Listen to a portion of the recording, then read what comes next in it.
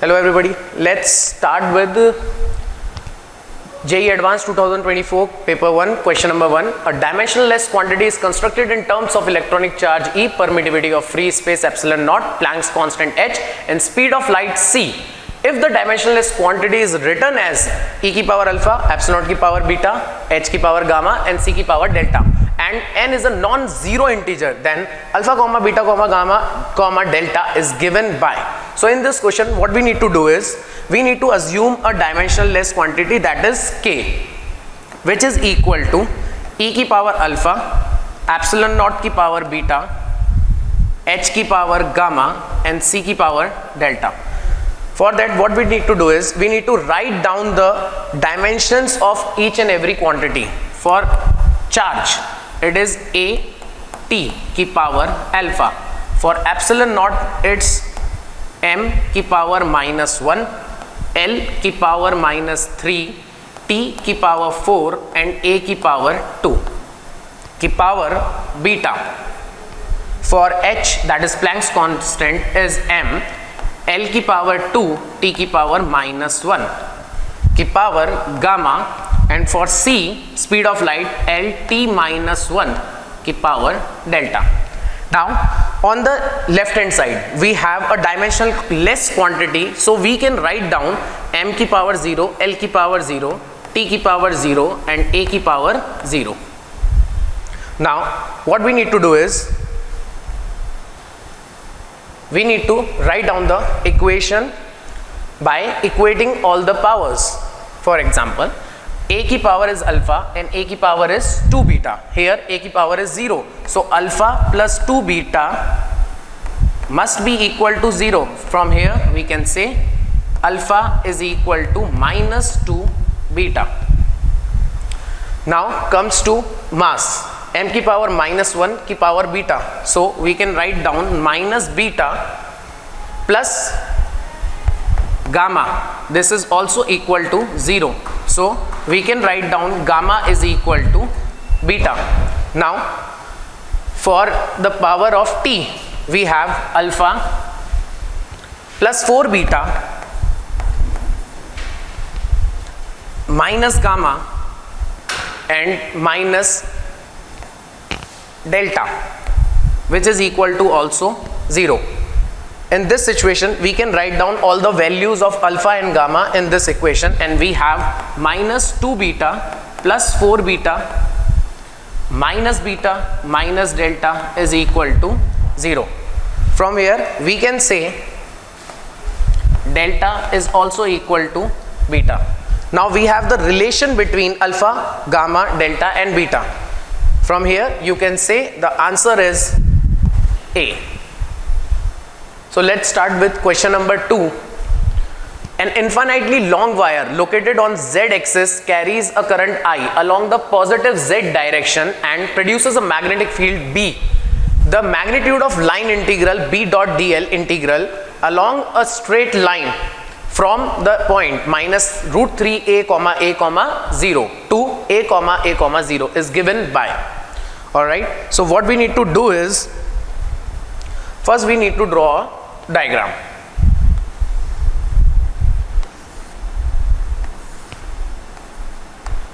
This is positive x-axis, this axis is y and outward axis is z-axis. So we have current over here, current wire over here. Now we have 2 points, one is a, 0 and another one is -√3a, a, 0. We need to find out integral B dot dl.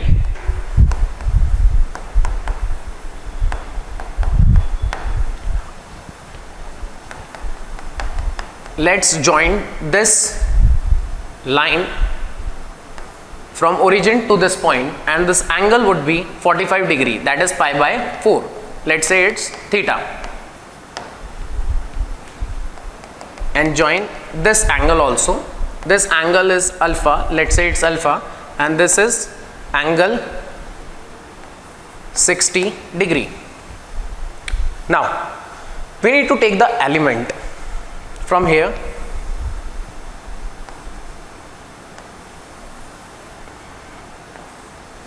we are having an angle beta and taking an element of length dl. Now from this current carrying wire we have a magnetic field over here perpendicular to this line. If this angle is beta, we have this angle is beta as well, and the value of magnetic field due to a infinite line charge having this side A and this side R, this length must be R, then the magnetic field is mu naught I upon 2 pi R. For we need to find out B dot dl, then we have to take the element dl, and the angle between B magnetic field and dl is beta. So what we have to write down is integral mu naught I upon 2 pi R dl cos beta. We need to integrate it, but the problem is dl. So यहाँ पे अपन R सबसे पहले find out कर लेते हैं. From here we can say R cos beta is equal to A, also tan beta is equal to, this length is L and this is A, L upon A. From here A tan beta must be equal to L. Differentiating it, we have A sec square beta d beta is equal to dl. Putting all these equation in this, we have mu naught I upon 2 pi, value of R is A by cos beta. From here it's cos square beta, and from dl we have A sec square beta d beta. This gets cancelled, A is getting cancelled, all these quantities are constant.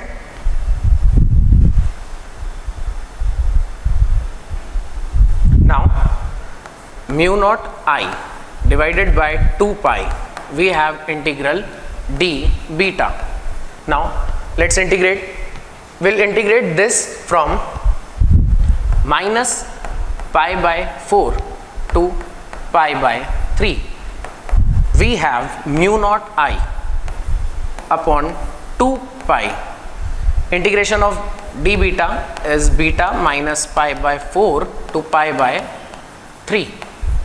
From here we have 7 mu naught I upon pi gets cancelled 24. So now we have option number A correct. Hello student, now we will discuss question number 3. Question number 3 में पूछा गया है 2 bits each with charge Q and mass M are on horizontal frictionless non-conducting circular hoop of radius R. One of the bit is glued, यानी एक bit को चिपका के रख दिया गया है to the hoop at some point of time while the other one performs oscillation about its equilibrium position along the hoop. The square of the angular frequency of small oscillation is given by. तो इसके अंदर अगर आप देखो तो question ये पूछना चाह रहा है कि ये एक हुप है और यहां पर हम एक चार्ज रख दिए हैं, तो इक्विलिब्रियम पोजीशन क्या होगा, ये वाला पोजीशन इक्विलिब्रियम पोजीशन होगा, तो ये वाला बिट ग्लू कर दिया गया यानी चिपका दिया गया है और इस बिट को हम मूव कर सकते हैं. तो क्वेश्चन में पूछा गया है इस बिट को हम स्लाइटली मूव कर दें, तो लेट से हमने स्लाइटली मूव कर दिया, तो अब जो इलेक्ट्रोस्टैटिक फोर्स है वो इस तरफ लग रहा होगा. यानी अब अगर यहां पे देखें तो इलेक्ट्रोस्टैटिक फोर्स कितना लग रहा होगा, तो अगर आप सेंटर पे ये मिलाते हैं, ये आर है, लेट से ये एंगल अगर थीटा है तो ये वाला एंगल 2 थीटा हो जाएगा. तो यहां पे अगर आप देखो तो ये थीटा है तो ये एंगल भी थीटा होगा, यानी इसका ये वाला जो कंपोनेंट है F sine theta, this will be responsible for motion of bid along this hoop surface. तो यहां पे अगर आप देखें तो एफ की वैल्यू क्या हो जाएगी 1/4 पाई epsilon not Q square upon, ये चूंकि आर है ये थीटा है तो ये लेंथ क्या हो जाएगा 2r cos थीटा. तो इस जगह पे आप क्या लिखोगे 2r cos थीटा का होल स्क्वायर. तो अब अगर यहां देखा जाए तो इसके अंदर पूछा गया वेरी स्मॉल ऑसिलेशन, लेकिन इसमें हुप के बारे में कोई इंफॉर्मेशन नहीं दिया हुआ है, वो मास है या नहीं है या किस तरह का है. तो इसके अंदर हम एज्यूम कर लें कि ये जो हुप है ये फिक्स्ड है. तो हुप फिक्स्ड हो गया। हुप फिक्स होने से अब क्या हो गया, अब जो भी ऑसिलेशन होगा ये सिर्फ इस चार्ज का ऑसिलेशन होगा। तो अब अगर देखें तो हम क्या लिख सकते हैं, F sin theta is equal to mass into acceleration. और लेट से ये जो डिस्प्लेसमेंट की है हम इस पॉइंट से वो x की है। अब ध्यान रखिएगा हम जो ऑसिलेशन कर रहे हैं वेरी स्मॉल ऑसिलेशन कर रहे हैं, यानी theta will be very small. Theta क्या रहेगा, तो बहुत छोटा रहेगा। अगर थीटा छोटा है तो x ऑटोमेटिकली क्या होगा, बहुत छोटा होगा।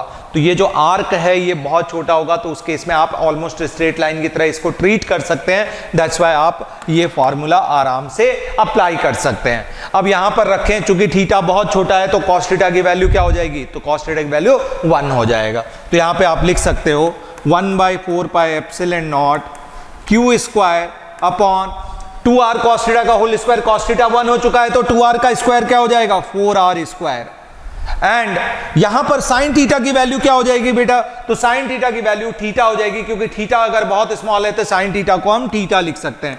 This is equal to ma।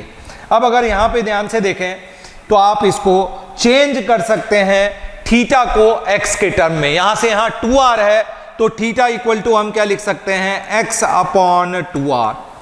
तो यहां पे जब आप पुट करोगे तो एक्सेलरेशन इक्वल टू क्या हो जाएगा, क्यू स्क्वायर अपॉन ये हो गया 16 pi epsilon not M R square into X upon 2r।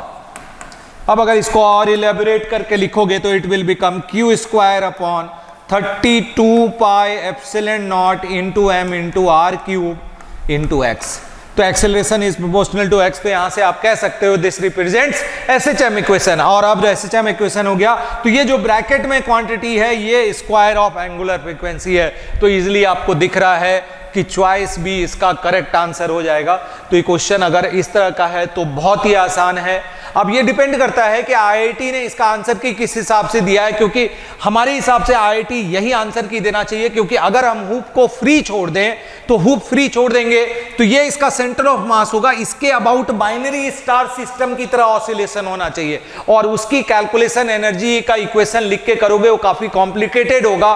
तो एज पर मी कि ये क्वेश्चन जो डिजाइन किया गया होगा वो हुप को फिक्स्ड रख के ही डिजाइन हुआ होगा, इतना कॉम्प्लिकेट नहीं किया होगा। तो आप इसी के हिसाब से आंसर भी आ रहा है, तो ये करेक्ट आंसर है, तो आप इसको मार्क कर सकते हैं। तो स्टूडेंट अब क्वेश्चन नंबर 4 डिस्कस करेंगे।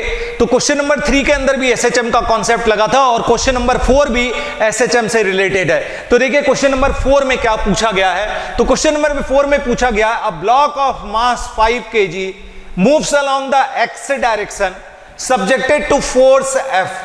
तो इसके ऊपर ये फोर्स F दे दिया गया with the value x in metre at time t equal to 0 it is at rest position 1 metre. यानी t इक्वल टू 0 पे बोला गया है, पार्टिकल रेस्ट पे है और उसका पोजीशन 1 मीटर है। The position and the momentum of block at t equal to π/4 second. तो इसके अंदर इस इक्वेशन से ही क्लियर है कि फोर्स जो है वो डिपेंडेंट है इसके। तो force equal to mass into acceleration लिखोगे तो आप यहां पे लिख सकते हैं कि -20x plus 10 is equal to mass into acceleration. तो यहां से एक्सेलरेशन बन जाएगा -4x प्लस 2। तो अगर तुम इसमें से 4 कॉमन ले लो तो it will become -x plus half. And minus को बाहर निकाल लें तो एक्सेलरेशन एसएचएम का इक्वेशन रिप्रेजेंट करने लगेगा x माइनस हाफ से। तो ये पूरा इक्वेशन जो एक्सेलरेशन का है it is representing now SHM equation. और इसके अंदर आप ऑलरेडी पढ़े हुए हो, अगर इस तरह का कोई इक्वेशन आए तो ये पूरे क्वांटिटी को अगर हम कैपिटल X मान लें तो इस तरह से मीन पोजीशन निकालना आसान होगा, क्योंकि मीन पोजीशन पे नेट एक्सेलरेशन क्या होगा, 0। यानी नेट एक्सेलरेशन 0 होने के लिए x की वैल्यू कितनी होनी चाहिए, तो हाफ मीटर होनी चाहिए। यानी इस जगह पे एक्सेलरेशन 0 होगा, यानी this will be the mean position. तो यहां से आपको ये पता चल गया मीन पोजीशन यहां है। और यहां पर ऑलरेडी लिखा हुआ है x इक्वल टू 1 पे रेस्ट पे है। यानी अगर ये एसएचएम का इक्वेशन है, जो कि डेफिनेटली ये इक्वेशन रिप्रेजेंट कर रहा है, ये एसएचएम का इक्वेशन है। तो यहां से अगर आप देखो ध्यान से तो x इक्वल टू 0 ये हो गया, x इक्वल टू हाफ पे मीन पोजीशन है और वापस रेस्ट पे कब आ रहा है, x इक्वल टू 1 पे। यानी अगर हम यहां से देखें तो एम्पलीट्यूड ऑफ ऑसिलेशन क्या हो गया, amplitude of oscillation half metre हो गया। और बच्चे यहाँ पर रेस्ट पे है तो ये v इक्वल टू 0 रिप्रेजेंट कर दें। तो किसी भी SHM पे रेस्ट पे कब आता है पार्टिकल, तो किसी भी SHM में रेस्ट पे पार्टिकल आता है जब वो अपने एक्सट्रीम पोजीशन पे होता है। और यहाँ पर देखिए t इक्वल टू 0 पे ये इस जगह पे है, तो t इक्वल टू 0 पे ये अपने एक्सट्रीम पोजीशन पे है। अब अगर हम इस इक्वेशन से कंपेयर करें तो a equal to minus omega square X होता है, यानी यहां से एंगुलर फ्रीक्वेंसी का स्क्वायर हमको पता चल गया। एंगुलर फ्रीक्वेंसी का स्क्वायर 4 हो गया, तो ओमेगा की वैल्यू यहां से क्या हो गई, 2 हो गई। तो ओमेगा का वैल्यू 2 आ गया, तो हम टाइम पीरियड यहां से आसानी से निकाल सकते हैं। 2 pi by T equal to 2, यानी t इक्वल टू क्या हो गया, पाई सेकेंड। ठीक है, तो यहां से हम टाइम पीरियड निकल गया, यानी इस पूरे मोशन का टाइम पीरियड कैलकुलेट हो गया। अब क्वेश्चन में क्या पूछा गया है, क्वेश्चन में पूछा गया है कि पाई बाई 4 सेकेंड पे उसकी पोजीशन निकालें और मोमेंटम निकालें। तो यहां से अगर आप देखो पाई बाई 4 सेकेंड पे कहां पे होगा, तो अगर किसी भी टाइम पीरियड का, किसी भी SHM का टाइम पीरियड t है तो t बाई 4, यहां पे पाई है तो पाई बाई 4 क्या हो जाएगा, t बाई 4, यानी t बाई 4 होगा तो पार्टिकल अपने मीन पोजीशन पे इस तरफ जा रहा होगा, क्योंकि एक्सट्रीम पोजीशन पॉजिटिव साइड से छोड़ा है और मीन पोजीशन पे आया, मीन पोजीशन पे इस तरफ होगा, यानी डायरेक्शन वाइज वेलोसिटी नेगेटिव होगा। इस तरह से आप आसानी से वेलोसिटी निकाल सकते हैं। मीन पोजीशन पे मैक्सिमम वेलोसिटी होता है, तो वेलोसिटी एट मीन पोजीशन क्या हो जाएगा, एम्पलीट्यूड इनटू ओमेगा, यानी एम्पलीट्यूड की वैल्यू कितनी है, तो यहां से हाफ है, और ओमेगा की वैल्यू कितनी आई हुई है, तो ओमेगा की वैल्यू 2 आई हुई है, यानी यहां से v 1 मीटर पर सेकेंड हो जाएगा। तो v की वैल्यू 1 मीटर पर सेकेंड आ गया। अब यहां पे हमें क्या पूछा गया, हमें वेलोसिटी नहीं पूछा गया, हमें मोमेंटम पूछा गया है। ये मैग्नीट्यूड निकला, तो मोमेंटम अगर आप लिखते हो तो momentum is equal to mass into velocity, velocity यानी डायरेक्शन के साथ, यानी हम क्या करेंगे 5 इंटू 1 लिखेंगे, यानी ये क्या आ जाएगा -5 kg मीटर पर सेकेंड, राइट। यानी मोमेंटम निकल गया -5 kg मीटर पर सेकेंड। और इसके अंदर पूछा हुआ है कि the position and momentum of block at t equal to pi by 4, तो पोजीशन कहां पे आ गया, तो पोजीशन अगर देखें तो कोऑर्डिनेट वाइज ये कहां पे है, 0.5 मीटर पे है, तो कोऑर्डिनेट उसका क्या हो गया 0.5 मीटर, और मोमेंटम क्या हो गया -5 kg, तो इससे सी आंसर इसका करेक्ट हो जाएगा। तो ये कहीं ना कहीं बहुत ही बेसिक कॉन्सेप्ट में बेस्ड था SHM के। अगर आप इस तरह से इक्वेशन लिख लेते तो ये क्वेश्चन आपके लिए बहुत ईजी होता। Student, now we will discuss question number 5। ये भी कहीं ना कहीं बहुत ही इजी और फॉर्मूला बेस्ड क्वेश्चन है। इसके अंदर अगर आप देखें तो कुछ बातें यहाँ पे इंफॉर्मेशन दिया हुआ है, और इसी इंफॉर्मेशन को बेसिक कॉन्सेप्ट से रिलेट करके हमें एक्सप्लेन करना है। तो देखिए यहाँ पे क्या दिया हुआ है उसको पहले समझते हैं। तो यहाँ कह रहा है a particle of mass m is moving in circular orbit under the influence of centripetal force this। यहां पे माइनस साइन सिर्फ इंडिकेट कर रहा है कि इनसाइड है और कुछ भी रिप्रेजेंटेशन नहीं है। कॉरस्पॉन्डिंग टू पोटेंशियल एनर्जी, यहां ध्यान रखिएगा ये पोटेंशियल एनर्जी दिया हुआ है। कई बार हम क्वेश्चन सॉल्व करते वक्त उसका टर्म भूल जाते हैं और रिप्रेजेंटेशन से हमें लगता है पोटेंशियल का रिप्रेजेंटेशन है, तो आप इसको नहीं भूलिएगा, यहां पे पोटेंशियल एनर्जी लिखा हुआ है। तो V जो है यहां क्या रिप्रेजेंट कर रहा है, पोटेंशियल एनर्जी रिप्रेजेंट कर रहा है। Where K is the positive force constant, r is the radial distance from the origin. According to Bohr quantization theorem, angular momentum of particle is given by L equal to NH upon 2 pi है। Actually यहाँ पे NH cross लिख दिया है और यहाँ पे represent कर भी दिया है ताकि आप H और H क्रॉस में कोई भी कंफ्यूजन ना हो। तो बहुत ही क्लैरिटी से क्वेश्चन के अंदर मेंशन किया हुआ है। Now here it is saying H is the Planck constant and N is a positive integer. If V and E are speed and total energy of particle respectively, then which of the following expression is R correct? तो इसके अंदर बच्चों कहीं ना कहीं अब आपको एक एक एक्सप्रेशन जो लिखा हुआ है उसको हम एक एक करके यूज करें। तो यहां पे ध्यान दीजिए, पहले हम इन बातों को लिख लेते हैं ताकि कंफ्यूजन ना हो। तो यहां पे पोटेंशियल एनर्जी को रिप्रेजेंट किया गया है VR से और इसकी वैल्यू दी हुई है यहाँ पे ½ ये हो गया पोटेंशियल एनर्जी। अब हम फोर्स की बात करें तो मैग्नीट्यूड ऑफ फोर्स अगर देखें तो मैग्नीट्यूड ऑफ फोर्स दिया हुआ है KR, और ये ही फोर्स क्या है, ये फोर्स सेंट्रीपिटल फोर्स है। यानी अगर V स्पीड से घूम रहा है किसी ऑर्बिट को तो ये जो सेंट्रीपिटल फोर्स है ये क्या हो जाएगा M V square by R हो जाएगा। यहां से अगर हम कहें तो V square equal to R square into K by M हो जाएगा। तो ये एक्सप्रेशन आपने स्पीड का निकाल लिया, यहां से आपने जो ऑर्बिट में घूम रहा है उसका वेलोसिटी का एक्सप्रेशन निकाल लिया। लेकिन यहां पर अगर आप देखें तो वी स्क्वायर जो है वो आर स्क्वायर के टर्म में रिप्रेजेंट नहीं किया हुआ है। किसके टर्म में रिप्रेजेंटेशन है? एच क्रॉस के टर्म में रिप्रेजेंटेशन है। यानी हमें इसको किस में ले जाना है? एच क्रॉस में लेके जाना है। अब आपके दिमाग में तुरंत क्लिक किया होगा कि सर यहां पे क्वांटाइजेशन थियरी से बताया हुआ है कि L equal to N H cross होगा। तो आप ऑलरेडी जानते हो m into V into R is equal to N H by 2 pi होता है, लेकिन आंसर एन एच क्रॉस में है तो हम इसको भी एन एच क्रॉस करके लिखें। तो यहां पे M V R equal to N H cross हो गया। अब अगर आप देखें यहां पे तो हम क्या चाह रहे हैं, हम या तो v या r हम रिप्लेस करें। यहां पे r का टर्म नहीं है तो हम क्या करेंगे, यहां से r का टर्म रिप्लेस कर दें तो हमारा काम बन जाएगा। तो यहां पे अगर आप देखें तो इसमें r का टर्म रिप्लेस करने के लिए हमें क्या करना पड़ेगा, यहां से r की वैल्यू रखनी पड़ेगी। अगर हम r की वैल्यू रखें तो v into root M by K हो जाएगा। तो इस जगह पे अगर देखो m into V into R की वैल्यू हम v के टर्म में वहां से रखें तो क्या हो जाएगा, v into root under M by K, and this whole quantity is H H क्रॉस। अब अगर यहां पर आप ध्यान दो तो ये वी स्क्वायर हो गया, यहां से इस तरफ लोगे तो V square equal to N H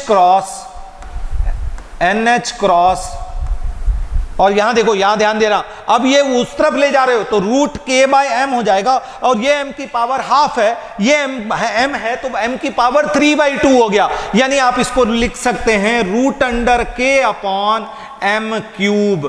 तो आपको दिख रहा होगा कि अरे सर ये तो सीधा सीधा ये वाला चॉइस करेक्ट हो गया, लेकिन ये मल्टीपल चॉइस है तो इसमें v स्क्वायर का आप क्वांटिटी मैच करा दिए। अब हमें क्या करना है, अब हमें इस पे आना है। तो अगर आप इसको देखो तो ये क्या रिप्रेजेंट कर रहा है, एंगुलर मोमेंटम। एंगुलर मोमेंटम किसके बराबर होगा, तो एम वी आर के बराबर होगा। लेकिन यहां पर एम वी आर में रिप्रेजेंटेशन नहीं है, इसमें रिप्रेजेंटेशन क्या है, एम और आर में रिप्रेजेंटेशन है। यानी यहां से हमें क्या हटाना है, यहां से हमें v को हटा देना है। अगर v हट जाएगा तो हमारा काम बन सकता है। तो देखते हैं v हटा के क्या बनता है। तो ये तो एम आर यहां रहने दो, और ये वाला जो एक्सप्रेशन है इससे v की वैल्यू हम रख देंगे तो ये क्या हो जाएगा, r into root under K by M. तो अगर आप यहां से देखें तो ये वाला m इससे कैंसिल हो जाएगा। तो इस तरह से अगर आप देखो यहां पर तो ये क्या हो गया, M R square into root K by M into L. अब अगर आप देखोगे तो L upon M R square की वैल्यू क्या आ गई, रूट के बाय एम। तो चलिए चॉइस में देखते हैं क्या इस टर्म में रिप्रेजेंटेशन किया है L का। तो आपको दिख रहा होगा कि हाँ सर ये इसी टर्म में रिप्रेजेंट किया है। तो इस तरह से आप आसानी से ये चॉइस टिक कर सकते हैं। तो इस क्वेश्चन में आपको दिख रहा होगा ये तो बहुत ही बेसिक और फॉर्मूला जो हमें आता है, एक formula M V R equal to N H upon 2 pi, बस यही अप्लाई हो रहा है। तो चलिए अब तीसरे पार्ट पे चलते हैं। इसके अंदर एनर्जी का बात कर रहा है। तो एनर्जी की बात अगर हम करें तो यहां पे आप energy equal to total energy कितनी होगी, kinetic energy plus potential energy. यानी अगर हम एनर्जी की बात करें तो energy equal to kinetic energy plus potential energy. तो बच्चों पोटेंशियल एनर्जी का तो एक्सप्रेशन क्वेश्चन में ही दिया हुआ है, तो आप लिख सकते हो पोटेंशियल एनर्जी का term half K R square, और काइनेटिक एनर्जी क्या होगा, half M into V square. अब अगर आप देखें एम वी स्क्वायर की वैल्यू क्या होगी, तो ये जो सेंट्रीपिटल फोर्स का एक्सप्रेशन है तो इसके अंदर आपको दिख रहा होगा M V square equal to क्या हो जाएगा, के आर स्क्वायर। यानी ये क्या बन जाएगा, के आर स्क्वायर बाई 2 प्लस के आर स्क्वायर बाई 2। यानी कहीं ना कहीं ये क्या बन गया, के आर स्क्वायर। यानी टोटल एनर्जी क्या आ गया, के आर स्क्वायर। लेकिन क्या चॉइस के आर स्क्वायर के टर्म में है, तो चॉइस के आर स्क्वायर के टर्म में नहीं है, एन एच क्रॉस के टर्म में है। तो हमको ये पूरा का पूरा चेंज करना पड़ेगा एन एच क्रॉस के टर्म में। तो आप यहां से देखें तो v का टर्म आप निकाल चुके हो, और आर स्क्वायर वी स्क्वायर के टर्म में है। तो हम इसको लेके चलें k into M V square by K, correct. तो अगर आप देखें तो के आर स्क्वायर को के को तो यहीं रखा, और यहां से आर स्क्वायर की value M V square by K कर लिया। तो ये के और के कैंसिल हो गया। तो यहां पे क्या हो गया, m इंटू वी स्क्वायर की वैल्यू एच क्रॉस के टर्म में यहां निकाले हुए हैं। वी स्क्वायर की वैल्यू क्या है एच क्रॉस के टर्म में, N H cross root under K by M cube. तो अब अगर यहां से देखें और वहां पर मैच कराएं तो यहां पर अगर आप देखेंगे तो इसको आप क्या लिख सकते हैं, m इंटू, यहां पर आप क्या लिख सकते हो, m इंटू रूट एम।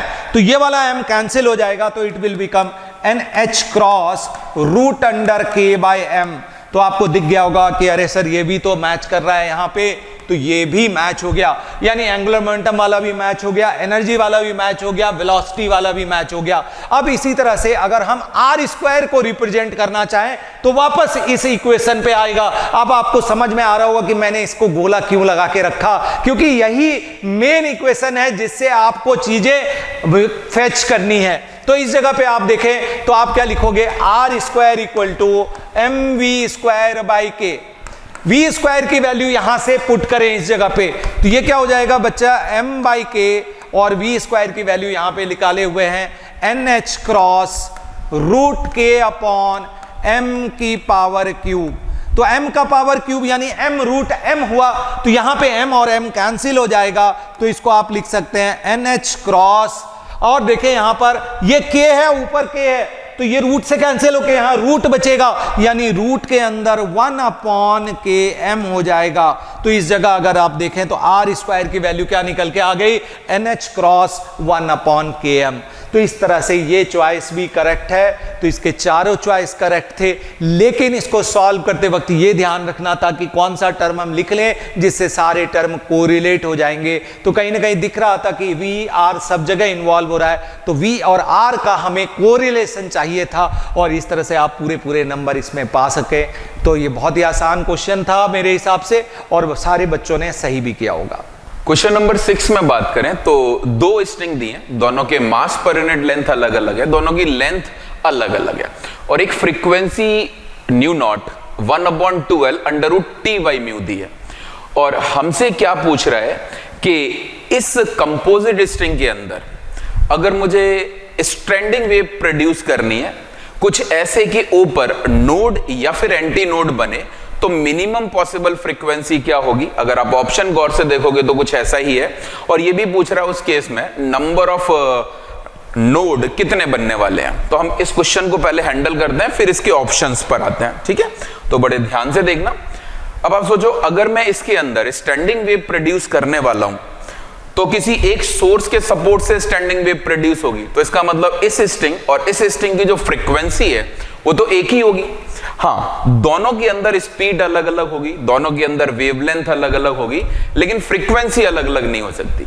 और फ्रीक्वेंसी को सेम रखते वक्त अगर इसके अंदर मुझे इस पॉइंट पर नोड बनाना है, तो ऑब्वियसली पहली वाली स्ट्रिंग के अंदर मुझे नंबर ऑफ लूप भी इंटीजर चाहिए, और दूसरी वाली स्ट्रिंग के अंदर भी नंबर ऑफ लूप इंटीजर चाहिए।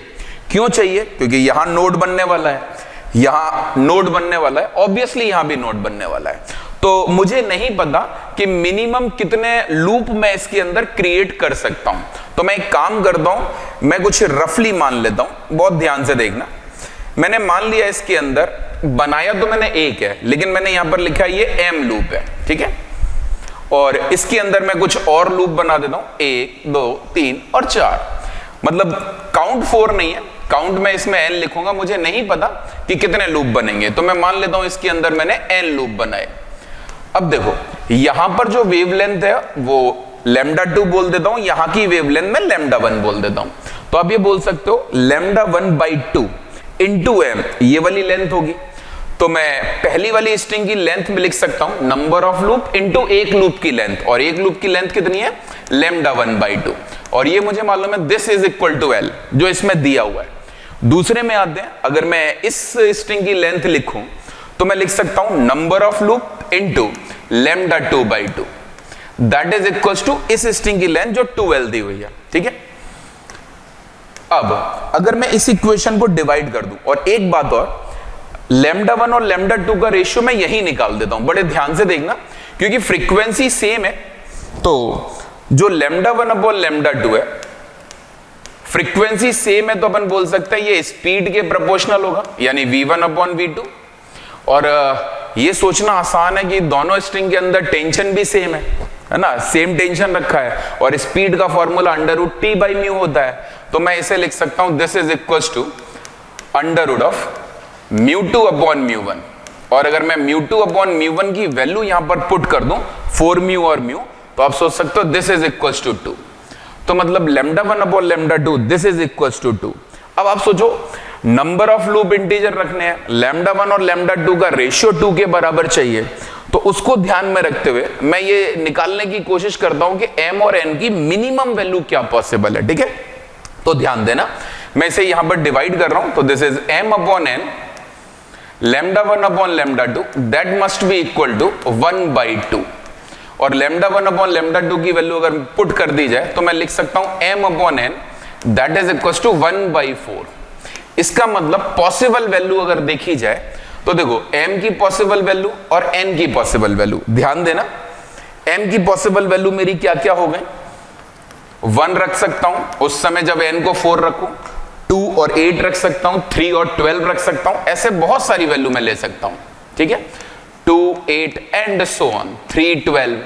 अब उसने कहा मिनिमम फ्रीक्वेंसी की बात करो। अगर आप ऑप्शन ए पर आओ तो देखो ऑप्शन ए क्या कहता है कि नोड बनाना है ऊपर और मिनिमम वाइब्रेशन की फ्रीक्वेंसी आपको चाहिए। तो मिनिमम फ्रीक्वेंसी तो तभी आएगी जब नंबर ऑफ लूप मिनिमम हो, और आपको मालूम है m की मिनिमम वैल्यू अपन 1 ले सकते हैं। ठीक है, तो अगर m की मिनिमम वैल्यू 1 ले सकते हैं तो देखो मिनिमम फ्रीक्वेंसी अपन क्या ले सकते हैं, ध्यान देना।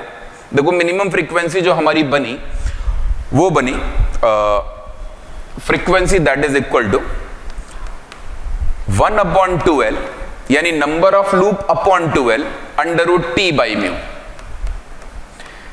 मैंने m की वैल्यू 1 डाल दी। ठीक है, तो this is the minimum possible frequency जो हो सकती है इस केस में। आप चाहो तो ऐसा भी लिख सकते हो कि यार n की वैल्यू 4 ले लो, उस समय इसकी वैल्यू 2L ले लेना और μ की वैल्यू 4μ ले लेना। ठीक है, this is minimum possible frequency. और आप सोच सकते हो दिस इज μ0, यानी ये उससे मैच कर रही है। इट मींस जो हमारा ए ऑप्शन है, ए ऑप्शन पर फोकस करना।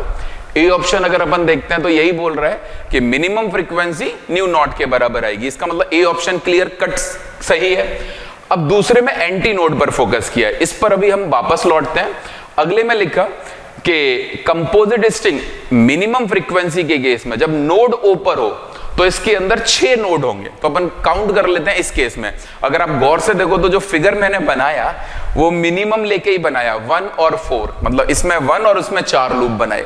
तो आप सोच सकते हो 1, 2, 3, 4, 5 और 6 नोड यहां पर मौजूद है। इसका मतलब सी ऑप्शन भी सही है। और no vibration produce anti node ऊपर, इसका मतलब बी और डी ऑप्शन को फिर से चेक करते हैं। अब जरा यहां पर ध्यान देना, अगर मैं बी और डी ऑप्शन को चेक करना चाहता हूं, इस बार मुझे एंटी नोड चाहिए ऊपर। तो देखो ये हमारी स्ट्रिंग थी, ये दूसरी वाली स्ट्रिंग थी, लेंथ रफली मुझे याद है, शायद ये 2L है और ये L है, μ और 4μ टेंशन से। और मुझे इस बार यहां पर एंटी नोड बनाना है। तो इसका मतलब ये हुआ इसके अंदर जो लूप बने, मैंने m प्लस हाफ लूप लिख दिया, मतलब m तो पूरे और एक आधा, क्योंकि मुझे यहां पर एंटी नोड चाहिए। दूसरे में अगर अपन बात करते हैं तो आप फिर से ये सोच सकते हो इसके अंदर भी अगर अपन देखें तो एक आधा लूप तो इसके अंदर भी आएगा, मतलब एक हाफ लूप है और बाकी पूरे लूप है। तो मैं इससे लिख देता हूं this is n plus half. λ1 और λ2 का रेशियो अभी भी वही होगा क्योंकि टेंशन और म्यू का रेशियो वही है। तो आप ये कह सकते हो कि m प्लस हाफ इंटू λ1/2, ये पहली वाली स्ट्रिंग की लेंथ है जो L है। दूसरे वाले की बात करें तो n plus half into λ2/2 that is equals to 2L। मैंने यहां पर डिवाइड कर दिया। आप ये कह सकते हो यहां से अगर अपन देखते हैं तो थोड़ा सा ध्यान देना, अगर मैं इसको कैलकुलेट करने की कोशिश करता हूं तो ये बनेगा 2 और 2 तो ये कैंसिल है, और इसे लिख देता हूं 2m plus 1 upon 2n plus 1, और λ1 अपॉन λ2 को 1/2 लिख दिया। λ1 अपॉन λ2 अपना कितना निकल के आया था, एक बार ऊपर देख लेते हैं, 1/2 था या 2 था। λ1 अपॉन λ2 दैट इज 2, शायद ये देखो ये निकाला है हम लोगों ने, λ1 अपॉन λ2 वो 2 के बराबर है। तो इसका मतलब अगर ये वाली वैल्यू 2 के बराबर है तो इधर आके वो नीचे हो जाएगी, तो दिस इज 1/4। तो अगर मैं इसे 1/4 करता हूं, अब ध्यान देना नीचे इवन है, ऊपर ऑड है, और यहां पर अगर इस नंबर को देखो तो this is odd, this is again odd, तो ऑड अपॉन ऑड कभी भी ऑड अपॉन इवन नहीं आ सकता, तो ये वाली वैल्यू तो पॉसिबल ही नहीं है। तो इसका मतलब अगर मैं एंटी नोड ओ पर बनाना चाहूं तो this situation is not possible. तो अगर हम कुल मिला के आंसर पर आए तो हमने ए और सी तो पहले ही करेक्ट बोल दिए थे, और डी पर अगर अपन देखें तो देखो no vibration mode with anti node O पर आए, तो ये डी ऑप्शन भी करेक्ट हो गया, और ये जो बी ऑप्शन है वो ऑब्वियसली इनकरेक्ट हो गया। तो हमारा जो इस केस का आंसर हुआ that is A, C and D. This is the final answer. एक बार मैं इसको छोटा कर देता हूं तो आपको पूरा सॉल्यूशन एक साथ दिखाई दे, ठीक है। ये देखो क्वेश्चन नंबर 7 की बात करें तो एक बीकर है जिसके बॉटम पर एक प्लेनो कॉन्वेक्स लेंस है और कुछ हाइट तक लिक्विड इसमें फिल कर दिया है, और इसका जो बॉटम है दैट इज STU, इसको पॉलिश कर दिया है जिससे ये मिरर की तरह बिहेव कर रहा है, और आपसे ये जानना चाहता है कि इस लिक्विड का जो रिफ्रैक्टिव इंडेक्स है और ऑब्जेक्ट की जो ये हाइट है, इन दोनों को हम किस तरह से लिंक करें ताकि ऑब्जेक्ट की जो इमेज है वो ऑब्जेक्ट के ऊपर कॉन्साइड कर जाए। तो आप ये सोच सकते हो कि यहां से जो रे गई पहली बार इससे रिफ्रैक्शन होगा, फिर ये जो कर्व सरफेस है उससे रिफ्रैक्शन होगा, और फिर वो मिरर के ऊपर फॉल करेगी। अगर मान लो मिरर के ऊपर रे नॉर्मली फॉल की, मतलब कुछ ऐसे जैसे ये रे गई, रिफ्रैक्शन के बाद यहां पहुंची और फिर मिरर पर फॉल की, और अगर ये रे नॉर्मली फॉल की तो आप बड़े आराम से ये सोच सकते हो कि मिरर इसे एग्जैक्टली वापस कर देगा, और एग्जैक्टली वापस किया तो रे अपने पाथ को रिट्रेस कर लेगी, और रे ने अगर अपने पाथ को रिट्रेस किया तो आपकी जो इमेज है वो वहीं बन जाएगी जहां पर ऑब्जेक्ट है। तो आप सोचो पहला रिफ्रैक्शन तो हमारा प्लेन सरफेस से हुआ, और प्लेन सरफेस से जब रिफ्रैक्शन होता है तो हमको मालूम है रे जो बेंड हुई, अगर मैं सोचूं वैसे तो मैं चाहूं तो कर्व सरफेस वाला फॉर्मूला भी लगा दूं, लेकिन ये नॉर्मली सबको याद ही होता है कि अगर ये h हाइट है और रे यहां पर रिफ्रैक्ट करके गई तो आपको यहां से आती लगेगी, और ये वाली हाइट ऑब्वियसली म्यू h के बराबर होगी, है ना। अब आप सोचो जो ये अपना कॉन्वेक्स लेंस है जिसकी कर्व सरफेस पर ये रे फॉल की, उसके लिए object obviously mu h, mu मतलब n से है मेरा, ठीक है, म्यू मतलब n से है, ध्यान देना ये जो मैंने म्यू लिख दिया वो बेसिकली इसका रिफ्रैक्टिव इंडेक्स है n, दिस इज NH।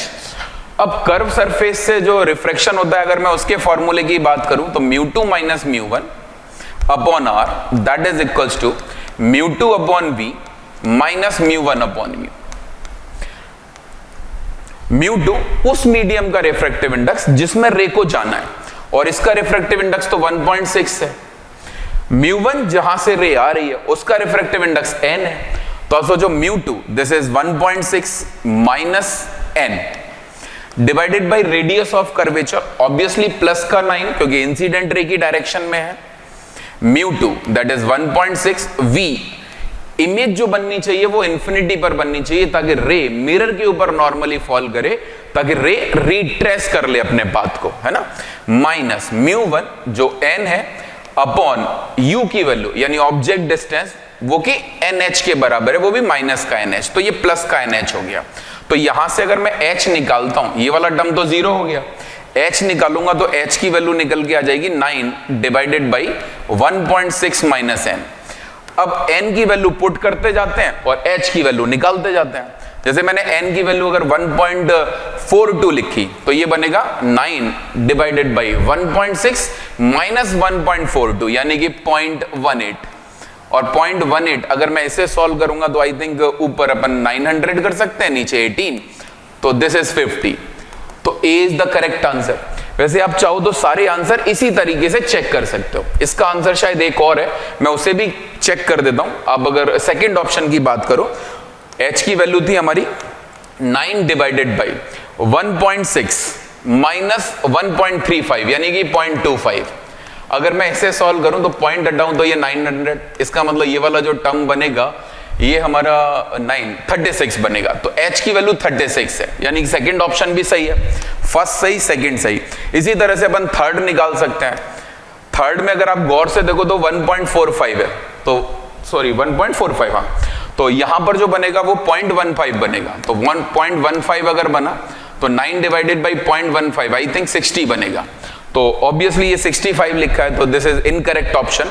इसी तरह से आप आखिरी वाला चेक कर सकते हो। अगर h की वैल्यू इस केस में बात की जाए तो ये बनेगा 9 डिवाइडेड बाई 0.12, और 0.12 अगर मैंने किया तो ये वाला आई थिंक बनेगा 75, तो ये भी इनकरेक्ट है। तो ये दोनों इनकरेक्ट हैं और A और B करेक्ट है। तो final answer is A and B। Question number 8 की अगर हम बात करें तो इसमें स्पेसिफिक हीट का वेरिएशन दिया हुआ है टेम्परेचर के साथ, और पूछा है कि 1 kg सब्सटेंस का टेम्परेचर -73 डिग्री सेल्सियस से 27 डिग्री सेल्सियस पहुंचाना है, तो जो हमको हीट देनी पड़ेगी दैट इज Nk। तो N की वैल्यू बता दो। तो ध्यान देना, जब स्पेसिफिक हीट वेरिएबल होती है तो हम डेल्टा क्यू कुछ इस तरह से लिख सकते हैं ms dt, और लिमिट लगा देते हैं जहां से जहां तक हमें टेम्परेचर पहुंचाना है। लेकिन यहां पर हम टेम्परेचर का जो वेरिएशन है वो केल्विन में लिखने वाले हैं। तो -73 का मतलब हुआ 200 केल्विन और 27 का मतलब हुआ 300 केल्विन। m की वैल्यू 1 दी हुई है, स्पेसिफिक हीट जो हमको दी हुई है दैट इज kT और dt। अगर मैंने इसे इंटीग्रेट किया 200 to 300 तो ये वाला जो टर्म निकल के आया हमारा दैट इज kT²/2। और अगर मैंने यहां पर लिमिट 200 to 300 पुट की तो this answer is 25,000 into k। तो इसका मतलब जो हमारी n की वैल्यू निकल के आई that is equals to 25,000। Question number 9, ये एक रोटेशन का अच्छा क्वेश्चन है जो जेईई एडवांस ने पूछा। एक डिस्क है जिसका मास m, रेडियस r है, जो अपनी एक्सिस के अबाउट रोटेट करने के लिए फ्री है, और एक मोटर के सपोर्ट से एक और डिस्क है जिसका मास m और रेडियस r/2 है, जो कि इसके सरकमफ्रेंस के एक पॉइंट पर अटैच है। अब इसने कहा कि अगर मोटर की हेल्प से मैं इस वाली डिस्क को रोटेट कराना स्टार्ट कर दूं, तो अगर कुल मिला के आप देखो तो जो मोटर और ये डिस्क इसी डिस्क से जुड़ी हुई है, तो अगर मैं इस पूरे को एज अ सिस्टम ट्रीट करूं तो कोई भी एक्सटर्नल टॉर्क नहीं आएगा इस एक्सिस के अबाउट, जो एक्सिस इस बड़ी वाली डिस्क की है जिसके अबाउट ये फ्री टू रोटेट है। तो अगर इसके अबाउट टॉर्क नहीं आएगा तो हम लोग कंजर्वेशन ऑफ एंगुलर मोमेंटम लगा सकते हैं। तो अगर मोटर ने इस वाली डिस्क को मान लो किसी एंगुलर वेलोसिटी ओमेगा से रोटेट कराने की कोशिश की, तो ये वाली डिस्क मान लेते हैं किसी एंगुलर वेलोसिटी ओमेगा डैश से घूमी। अब आप ये सोच सकते हो कि अगर ये बड़ी वाली डिस्क घूमेगी तो जो छोटी वाली डिस्क इसके साथ अटैच है उसका सेंटर भी मूव करना स्टार्ट कर देगा। तो हम ये बोल सकते हैं ये जो सेंटर है वो किसी वेलोसिटी v से मूव कर रहा है। हम चाहें तो इस v की वैल्यू बड़े आराम से बोल सकते हैं this is capital R into omega 1। अब अगर मैं बात करूं कंजर्वेशन ऑफ एंगुलर मोमेंटम की, वो भी इस एक्सिस के अबाउट, तो आपको मालूम है स्टार्टिंग में जो एंगुलर मोमेंटम था पूरे सिस्टम का वो 0 था, तो इसका मतलब फाइनल एंगुलर मोमेंटम भी 0 होगा।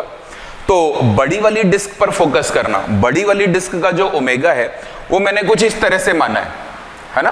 अगर मैं ऊपर साइड से देख रहा हूं तो मुझे ये क्लॉकवाइज दिखाई दे रहा है और छोटी वाली डिस्क का एंटी क्लॉकवाइज दिखाई दे रहा है। तो हम ये बोल सकते हैं बड़ी वाली डिस्क का एंगुलर मोमेंटम अगर नीचे की तरफ है तो छोटी वाली डिस्क का रोटेशन की वजह से एंगुलर मोमेंटम ऊपर की तरफ है। लेकिन ट्रांसलेशन की वजह से अगर मैं छोटी वाली डिस्क का देखता तो वो भी क्लॉकवाइज ही आता, यानी नीचे की तरफ, क्योंकि टोटल एंगुलर मोमेंटम कंजर्व है और स्टार्टिंग का 0 था तो फाइनल भी 0 ही होगा। तो मैं एक काम करता हूं, जो भी बड़ी वाली डिस्क का क्लॉकवाइज एंगुलर मोमेंटम आ रहा है और जो छोटी वाली डिस्क का एंटी क्लॉकवाइज और एक क्लॉकवाइज जो आ रहा है, मैं उनको बराबर कर देता हूं। मतलब सारे एंटी क्लॉक एक तरफ और सारे क्लॉकवाइज एक तरफ, ठीक है।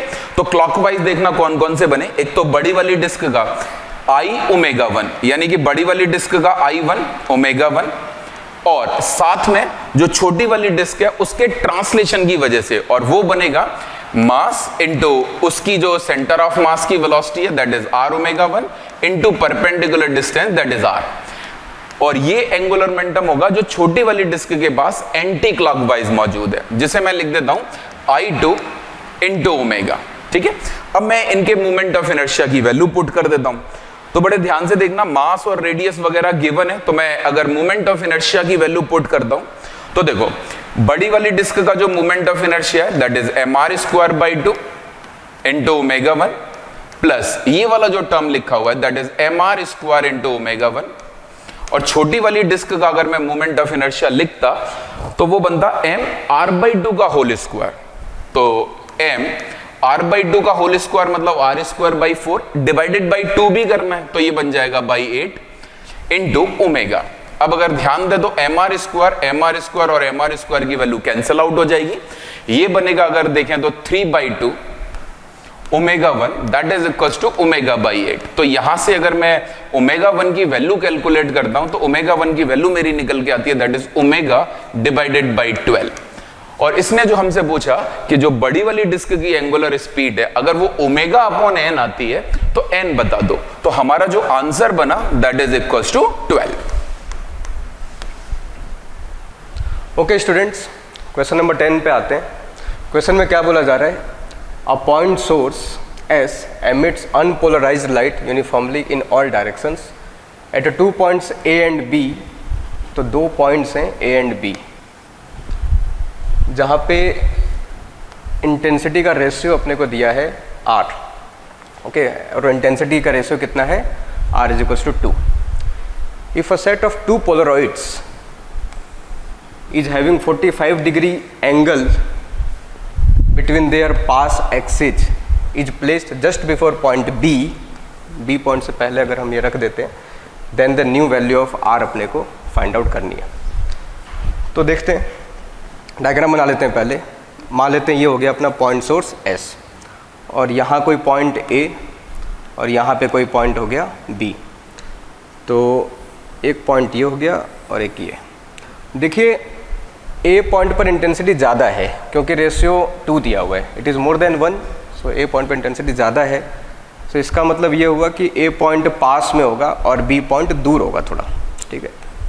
सो ये A पॉइंट, ये डिस्टेंस मान लेते हैं RA और ये डिस्टेंस मान लेते हैं RB।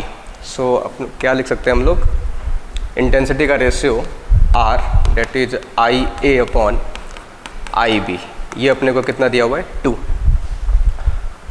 इसके बाद फिर हमने क्या किया, 2 पोलरॉइड्स रख दिए जिनके बीच में एंगल है 45 डिग्री।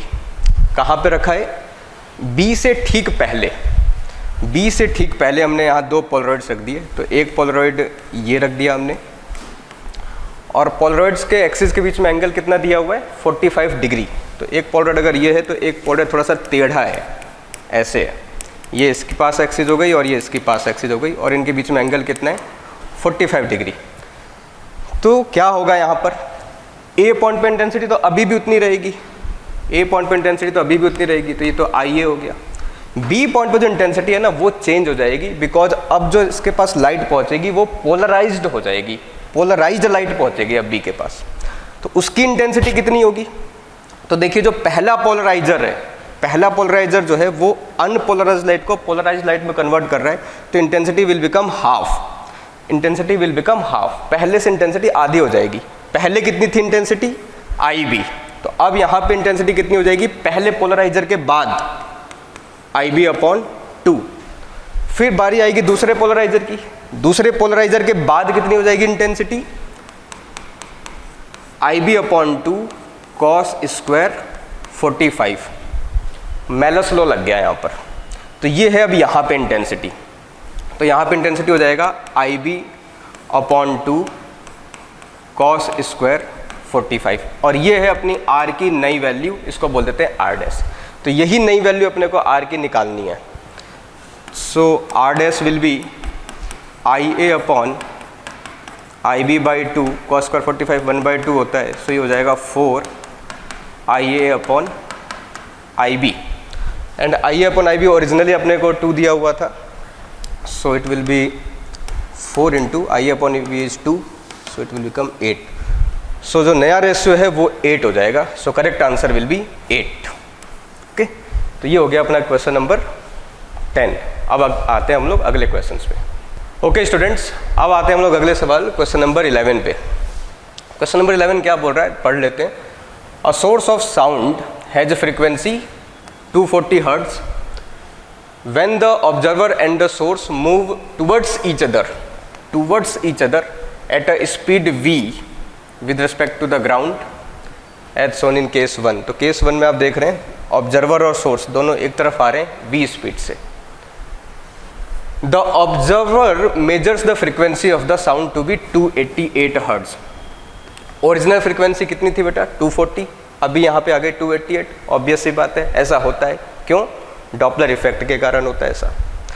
ठीक है, इतनी बात हो गई। सो यहाँ पर हम लोग ये चीज़ लिख सकते हैं, अगर हम डॉपलर की इक्वेशन यूज करें then we can write apparent frequency is equals to original frequency and velocity of air, ये मैं v नॉट मान लेता हूँ। और फिर आगे का जो साइन कन्वेंशन होगा वो कैसे, तो दोनों ही टुवर्ड्स आ रहे हैं। टुवर्ड्स आने का मतलब है फ्रीक्वेंसी जो है एपरेंट वो ज़्यादा रखनी है अपने को, तो यहाँ पे प्लस आ जाएगा velocity of observer that is v upon velocity of air जो हमने v नॉट माना हुआ है, और यहाँ पे माइनस आ जाएगा सोर्स की velocity that is also v। So यहाँ से this is 288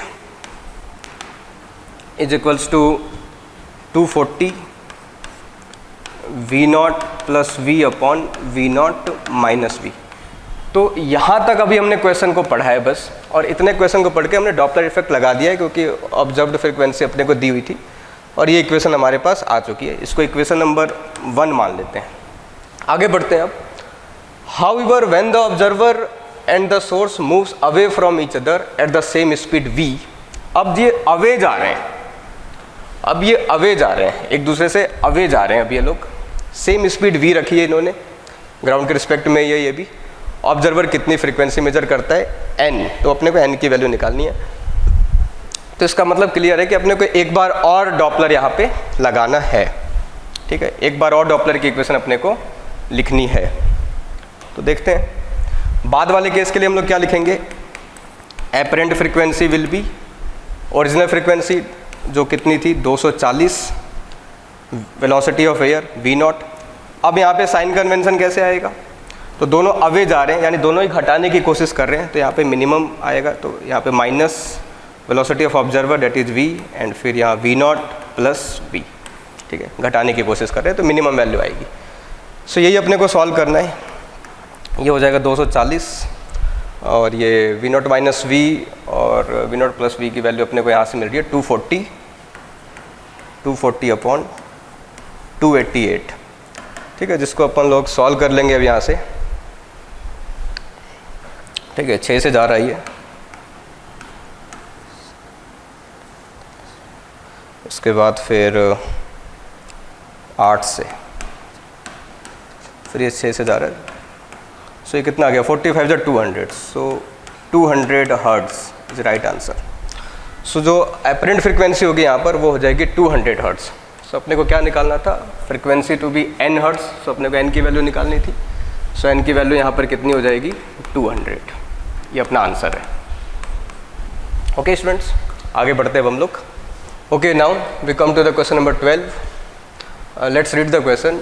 we have 2 large identical water tanks 1 and 2 kept on the top of a building of height h and are filled with water up to a height h। तो building की height h है, building के ऊपर 2 tank रखे हुए हैं और tanks के अंदर पानी कहाँ तक भरा हुआ है, स्मॉल h हाइट तक।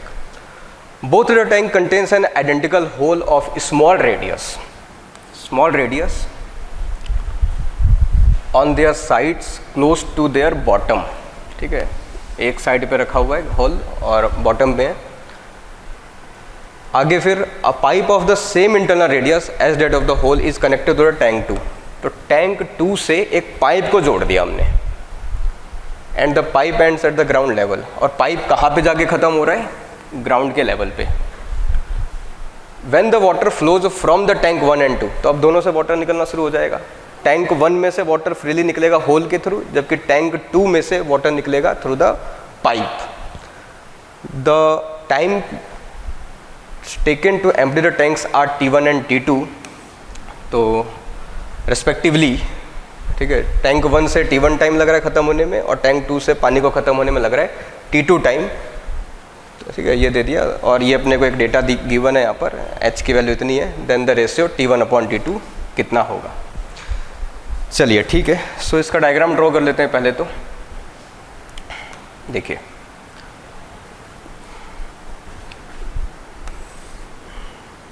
ये हो गया अपना बिल्डिंग, ये ग्राउंड,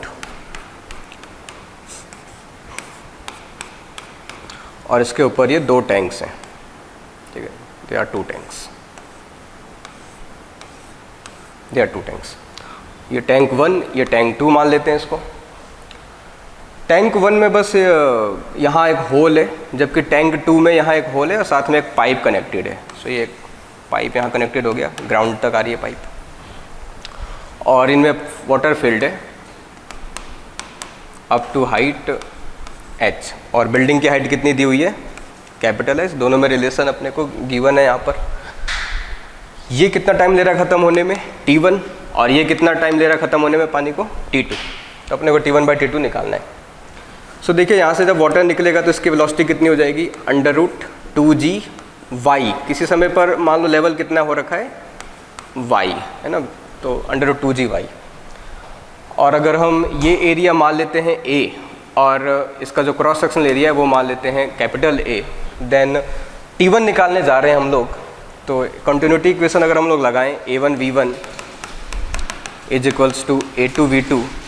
सो A1 कितना है, A, V1 हो गया √2g/y, A2 कितना है, A, और V2 मतलब इस वाले पॉइंट की वेलोसिटी। तो बेटा इस वाले पॉइंट की वेलोसिटी क्या हो जाएगी, dH/dt, और ये नेगेटिव भी होगा क्योंकि हाइट कम हो रही है। तो अगर हम यहाँ पे वेरिएबल सेपरेट करेंगे और इसको dH/dt की जगह हम लोग ये लिख सकते हैं, dH/dt की जगह dy/dt लिख सकते हैं, क्योंकि अब हाइट कितनी रह गई है, y, और ये नेगेटिव भी होगा। सो ये कंटिन्यूटी इक्वेशन लगा दिया हम लोगों ने। वेरिएबल अगर सेपरेट करेंगे तो कितना निकल के आएगा, -a/a √2g is equals to, और dt को भी इधर ले आते हैं, सो ये हो जाएगा dt is equals to dy/√y। Integrate कर देते हैं दोनों sides from the limit, y की इनिशियल लिमिट थी h, फाइनल लिमिट है 0, और टाइम 0 से t1। तो ये कितना हो जाएगा इसको सॉल्व करने पर, -a/a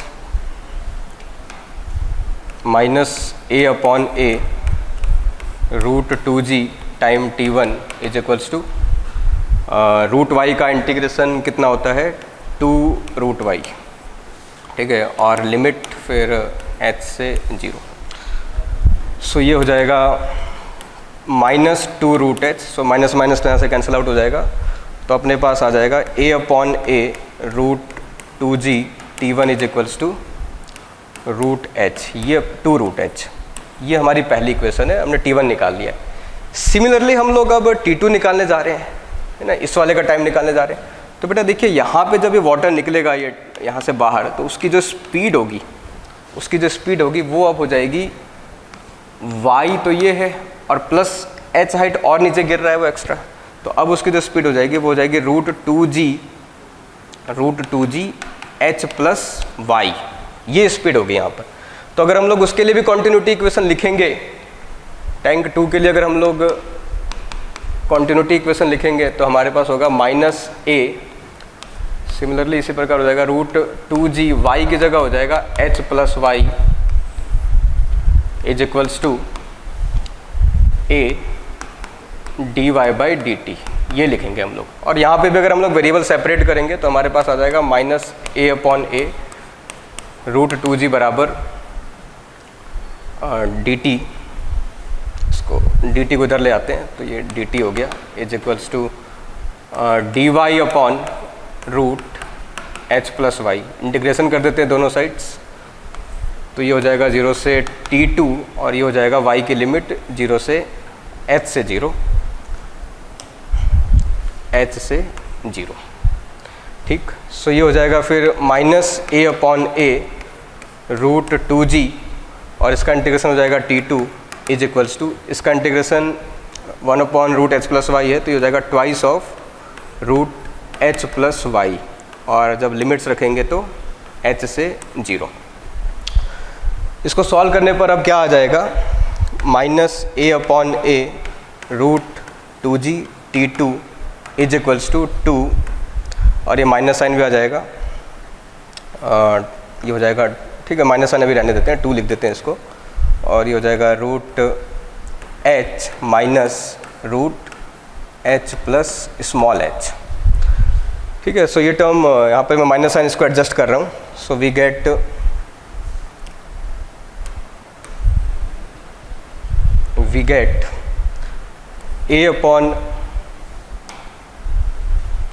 a upon a root 2g t2 equals to twice of root h plus h minus root h, ये आ जाएगा अपने पास। सो अब हमारे पास t1 भी है और t2 भी है। t1 ये रहा अपने पास, ये इक्वेशन थी t1 के लिए, और t2 के लिए हमारे पास ये वाली इक्वेशन है, ये हमारी सेकंड इक्वेशन है, ठीक है। इन दोनों को डिवाइड कर देंगे अगर हम लोग, तो t1 बाई t2 आ जाएगा अल्टीमेटली, जो अपने को निकालना है। सो अगर डिवाइड करोगे तो देखो ये a कैंसिल आउट हो जाएगा, रूट 2g ये सब कैंसिल आउट हो जाएंगे। So we get t1 upon t2 equals to कितना हो जाएगा, ये यहाँ से 2 भी कैंसिल आउट हो रहा है, so it will be root over h upon root over h plus h minus root over capital H, okay, root over capital H। अब यहाँ पे हम लोग वैल्यूज़ पुट कर देंगे। अपने को क्या स्टार्टिंग में दिया गया था वैल्यू, स्टार्टिंग में जो रिलेशन था हमारे पास वो अपने को क्या गिवन है, capital H is equals to 16/9 small h। सो ये रिलेशन यूज़ कर लेते हैं, capital H is equals to 16/9 small h। तो यहाँ से वैल्यू पुट कर देते हैं इसको, t1 by t2 will be root h upon root, ये कैपिटल H को यहाँ से सब्स्टिट्यूट करते हैं, तो 16/9 तो ये हो जाएगा 25/9 small h minus root 16/9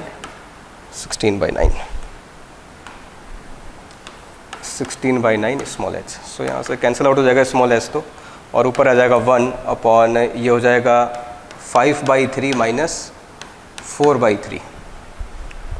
so ultimately solve करने पे ये 1/3 बचेगा और 3 ऊपर चला जाएगा फिर, तो ये 3 हो जाएगा। So this is the required answer, t1 upon t2 will B 3। तो ये अपना आंसर है यहाँ पर। ओके स्टूडेंट्स, अब आते हैं हम लोग क्वेश्चन नंबर 13 पे। क्वेश्चन की लैंग्वेज पढ़ लेते हैं। हमारे पास एक थिन यूनिफॉर्म रॉड है जिसका लेंथ L दिया है और मास है कुछ सर्टेन मास दिया नहीं है अपने को। Is kept on a frictionless horizontal table with a massless string.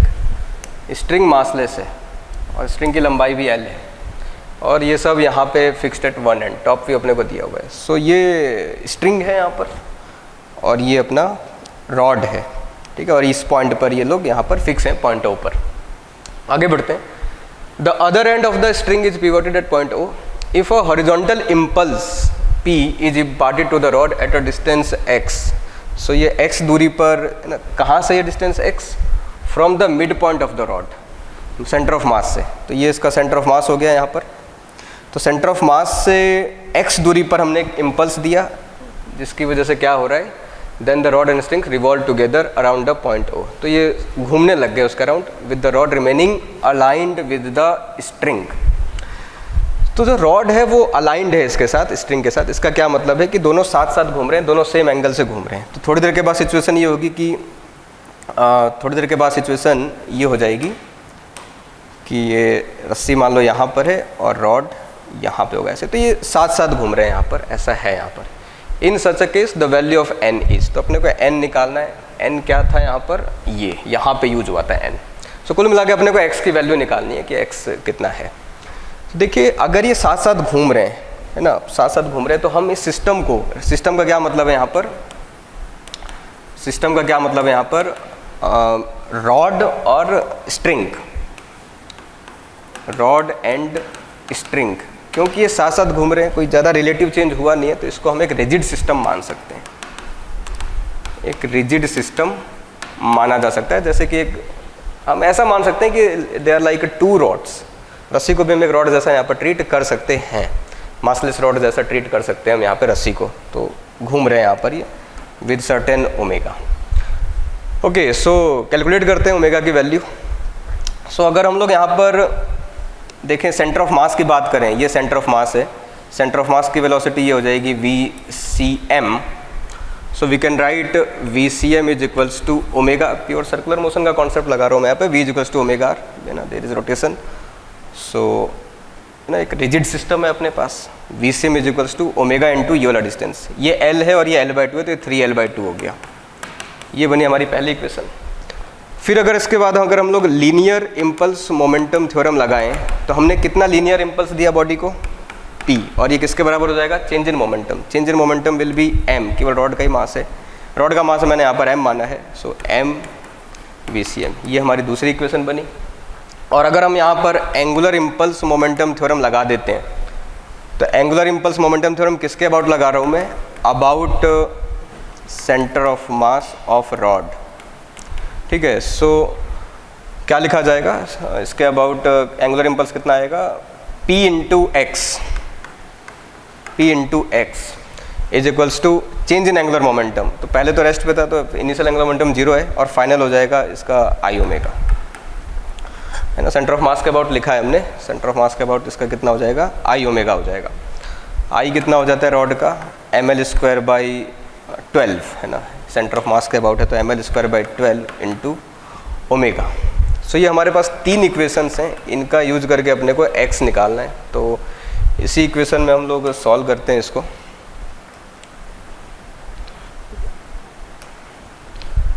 तो एक काम करते हैं कि P को यहाँ से हटा देता हूँ मैं, P को मैं लिख देता हूँ MVCM,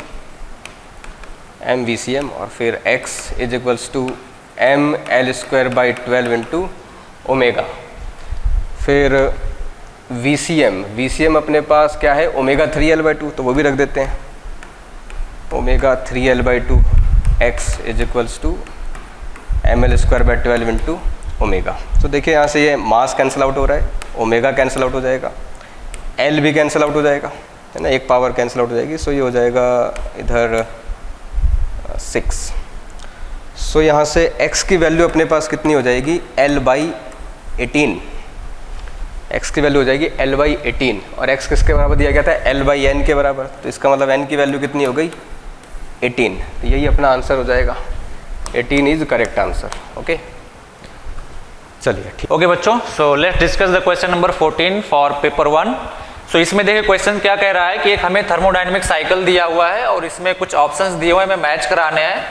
सो अगर हम लोग पढ़े यहाँ पे पहला पार्ट हमें क्या कैलकुलेट करना है, फर्स्ट पार्ट जो हमें कैलकुलेट करना है वो work in the complete cyclic process. Second part क्या कह रहा है, change in the internal energy of the gas in process JK। And third part कह रहा है R जो है इसका heat given to the gas in the process KL। And S part जो है वो कह रहा है change in internal energy of the gas in the process MJ। तो यहीं से स्टार्ट करते हैं। अब देखो MJ जो हमारा है बेटा, MJ किस टाइप का प्रोसेस, आइसोथर्मल प्रोसेस है, और गैस जो हमारी वो आइडियल गैस है। तो हमें पता है कि आइसोथर्मल प्रोसेस में जो चेंज इन इंटरनल एनर्जी होता है आइडियल गैस का, वो हमारा क्या होता है, 0 होता है। तो S का आंसर तो हमें सीधा सीधा यहीं से मिल जाएगा कि change in internal energy of the gas in process MJ is 0। सो हमारा पहला पार्ट आ गया कि S वाले का हो जाएगा हमारा कितना, सेकंड नंबर। अब अगर हम लोग देखें R का heat given to the gas in the process KL, तो KL कौन सा प्रोसेस है हमारा, KL जो है हमारा आइसोथर्मल प्रोसेस है, और आइसोथर्मल प्रोसेस में जो वर्क डन होता है वही हमारा हीट गिवन होता है। तो KL जो है हमारा बेसिकली KL जो प्रोसेस है ये एक आइसोथर्मल प्रोसेस है, और आइसोथर्मल प्रोसेस में वर्क डन कितना होता है, NR, टेम्परेचर कितना है यहाँ पे 3T0 ln P0/2P0। सो यहां से वर्क डन हमारा कितना आ जाएगा, minus NR 3T0 ln 2। Okay, so number of mole of the gas is 1, so work done will minus 3RT0 ln 2। अब हमें पता है कि आइसोथर्मल प्रोसेस में जो हीट गिवन होता है वही वर्क डन होता है, तो वर्क डन हमने निकाल लिया माइनस 3RT0 ln 2। सो यही हमारा हीट गिवन हो जाएगा। सो R के लिए heat given in the two the gas in the process KL हमारा कितना हो जाएगा, माइनस 3RT0 ln 2। सो जो R है उसका हमारा कौन सा ऑप्शन हो जाएगा, 5। सो यहाँ से हमने देख लिया कि R जो है उसका हो जाएगा 5। ओके, फिर हमारा Q ऑप्शन क्या कह रहा है, change in internal energy of the gas in process JK। JK process में हमें क्या निकालना है बेटा, चेंज इन इंटरनल एनर्जी। तो जेके हमारा कौन सा प्रोसेस है, आइसोबारिक प्रोसेस है। जेके हमारा आइसोबारिक प्रोसेस है और आइसोबारिक प्रोसेस में जो change in internal energy delta U होता है that is an CV delta T. Number of mole of the gas is 1 और मोनोटॉमिक गैस है, मोनोटॉमिक गैस के लिए जो CV का वैल्यू होता है 3/2R होता है and delta T will be 2T0। Okay, so this 2 and 2 will be get cancel out, so change in internal energy is 3R/T0। Okay, so अगर हम देखें यहाँ पे Q ऑप्शन का, तो Q ऑप्शन का हमारा कौन सा हो जाएगा, थर्ड पार्ट। सो Q का जो मैच कर रहा है वो हमारा हो जाएगा थर्ड। अब हमें फर्स्ट वाले पार्ट का निकालना है, P का जो निकालना है क्या हमें, work done in the complete cyclic process. तो एक एक प्रोसेस के लिए हमें कैलकुलेट करना पड़ेगा। प्रोसेस K to L के लिए हमने पहले ही कैलकुलेट कर रखा है वर्क डन। अब हम लोग कैलकुलेट कर लेते हैं सबसे पहले J to K के लिए। तो J to K एक आइसोबारिक प्रोसेस है और हमें पता है कि आइसोबारिक प्रोसेस के लिए वर्क डन कितना होता है, NR delta T। So number of mole 1 दिया हुआ है R एंड डेल्टा T हो जाएगा 2T0। So J to K process के लिए जो वर्क डन आ जाएगा वो 2R/T0 आ जाएगा। K to L प्रोसेस के लिए हमने पहले निकाल रखा वर्क डन। अब हम लोग निकाल लेते हैं L to M प्रोसेस के लिए वर्क डन। ये भी एक आइसोबारिक प्रोसेस है तो इसके लिए वर्क डन सेम हो जाएगा NR delta T। So number of mole 1 है, R इंटू डेल्टा T कितना हो जाएगा भाई, यहां से यहां तक जाने में तो T0 - 3T0 तो बेसिकली -2T0 डेल्टा T की वैल्यू हो जाएगी। सो इस प्रोसेस में जो वर्क डन आ जाएगा -2R/T0। एक और बचा हुआ है M to J। तो M to J अगर हम लोग वर्क डन कैलकुलेट करें तो ये भी एक आइसोथर्मल प्रोसेस है। तो इस प्रोसेस के लिए जो वर्क डन आ जाएगा हमारा कितना आ जाएगा, NRT P initial by P final. तो नंबर ऑफ मोल 1 है, गैस कांस्टेंट R है, टेम्परेचर कितना बेटा T0 है, ln P initial by P final तो 2P0 by P0। Okay, so P0 से P0 कैंसिल हो जाएगा। तो ये आ जाएगा हमारा R/T0 ln 2। तो अब हमें अगर पूरे साइकिल का वर्क डन निकालना है तो सिंपली हम लोग क्या कर देंगे, ऐड कर देंगे। तो अगर यहाँ पे हम लोग ऐड करें, यहाँ पे अगर हम लोग ऐड कर दें टोटल वर्क डन निकालने के लिए, चलो यहाँ पे ऐड कर देते हैं। यहाँ पे J to K के लिए हमारा कितना था भाई, 2R/T0 था। K to L प्रोसेस के लिए हमारा कितना था, -3R/T0 ln 2 था। फिर हमारा L to M के लिए कितना था, -2R/T0 था। एंड M to J के लिए हमारा कितना था वर्क डन, R/T0 ln 2 था। तो इसको अगर हम लोग सिंप्लीफाई करें, देखिए ये इससे कैंसल आउट हो जाएगा और यहाँ पे कितना बचेगा, -2R/T0 ln 2। तो कंप्लीट साइक्लिक प्रोसेस में जो वर्क डन हो रहा है वो हमारा कितना रहा, -2R/T0 ln 2। तो यहाँ पे अगर हम लोग देखें तो work done the cyclic process का आंसर कौन सा हो जाएगा, ये वाला। तो हमारा यहाँ पे जो आंसर आया P का आंसर आया हमारा, P का आंसर आया 4। ओके, तो अब अगर हम लोग ऑप्शन मैच करें तो P का 4 आया, Q का कौन सा आया भाई, Q का आया 3 और R का हमने कितना निकाला, R का हमने निकाला है 5 और S का निकाला है 2। सो ऑप्शन में हम लोग मैच कर सकते हैं। यहाँ से P का कितना है भाई हमारा, P का 4 है, Q का कितना है 3 है, R का 5 है और S का 2 है। सो कौन सा ऑप्शन करेक्ट हो जाएगा, यहाँ पे ऑप्शन B करेक्ट हो जाएगा। ओके बच्चों, तो अब पेपर 1 का क्वेश्चन नंबर 15 डिस्कस करते हैं। इसमें क्या कह रहा है कि 4 identical thin square metal sheet S1 S2 S3 and S4 are arranged as shown in the figure. हर प्लेट के बीच की जो डिस्टेंस है वो D है और साइड लेंथ जो स्क्वायर का A है। और हमें ये बोला हुआ है कि इन्हीं दो प्लेट के बीच जो कैपेसिटेंस है प्लेट का वो हमें दे रखा है C0 और इसकी वैल्यू दे रखा है C0 is equals to ε0 A²/D। तो अब ऑप्शन को पढ़ते हैं। पहला क्या कह रहा है, the capacitance between S1 and S4 with S2 and S3 not connected. मतलब कि अपने पास 4 प्लेटें हैं। नेक्स्ट पेज पे चलते हैं। 4 प्लेटें हैं, ये हो गई प्लेट S1, ये हो गई प्लेट S2, ये हो गया प्लेट S3 एंड ये हो गया प्लेट S4। ठीक है, हमें S1 और S4 के बीच निकालना है। फर्स्ट पार्ट क्या कर रहा है, capacitance between S1 and S4 when S2 and S3 is not connected. So हमें S1 एंड S4 के बीच निकालना है, यानी कि इस प्लेट के बीच और इस प्लेट के बीच हमें इक्विवेलेंट कैपेसिटेंस जो है निकालना है। तो टोटल 4 प्लेटेड है, तो नंबर ऑफ कैपेसिटर कितने बनेंगे n-1, यानी कि टोटल नंबर ऑफ कैपेसिटर कितने बनेंगे 4 - 1 इज इक्वल टू 3। ओके, तो एक कैपेसिटर ये हो जाएगा, एक कैपेसिटर ये हो जाएगा और एक कैपेसिटर ये हो जाएगा। अब ये तीनों कैसे जुड़े हुए हैं, हमारे सीरीज में जुड़े हुए हैं। इसका कैपेसिटेंस मान लेते हैं C है, क्योंकि सभी प्लेटों के बीच जो स्पेसिंग दे रखा है वो हमारा इक्वल दे रखा है, D दे रखा है। सभी प्लेट के बीच जो स्पेसिंग दे रखा है वो D दे रखा है। सो इसका कैपेसिटेंस मान लेते हैं C, इसका भी C हो जाएगा और इसका भी C हो जाएगा। जैसा कि ये तीनों सीरीज में जुड़े हुए हैं तो C इक्विवेलेंट कितना हो जाएगा C/3, यानी कि अगर हम लोग इसको माने C is equals to ε0a² d होगा और ये C0 के बराबर दे रखा है, तो हमारा ये C जो निकाला हमने ये C0 है बेसिकली, तो C0/3 हो जाएगा। तो फर्स्ट पार्ट के लिए जो आंसर आया हमारा C0/3 आया। अब देखते हैं P पार्ट को मैच कराते हैं, तो P पार्ट किससे मैच कर रहा है, हमारा थर्ड नंबर से मैच कर रहा है। सो P का जो आंसर हो जाएगा वो आ गया हमारा थर्ड। अब देखते हैं Q नंबर क्या कह रहा है भाई, the capacitance between S1 and S4 with S2 sorted to S3, यानी कि इस बार ये प्लेट S1, ये प्लेट S2, ये प्लेट S3 एंड ये प्लेट S4, हमें जो निकालना है कैपेसिटेंस वो किसके बीच निकालना है, S1 एंड S4, जब S2 और S3 हमारे सॉर्टेड है। यानी इस बार भी S1 S4 के बीच ही हमें निकालना है, बट है क्या कि ये दोनों प्लेटें जो हैं वे कनेक्टेड एक दूसरे से सॉर्ट कर दी गई हैं। ओके, तो चलिए S1 S4 के बीच निकालना है, कैपेसिटर ज्वाइन करना स्टार्ट करते हैं। ये S1 हो गया मान लेते हैं और ये S4 हो गया। ओके, अब है क्या, S2 और S3 दोनों सॉर्टेड हैं तो एक प्लेट की तरह वो बिहेव करेंगे। अब S1 S2 के बीच एक कैपेसिटर जोड़ देते हैं, तो S1 पॉइंट और S2 के बीच एक कैपेसिटर हो गया।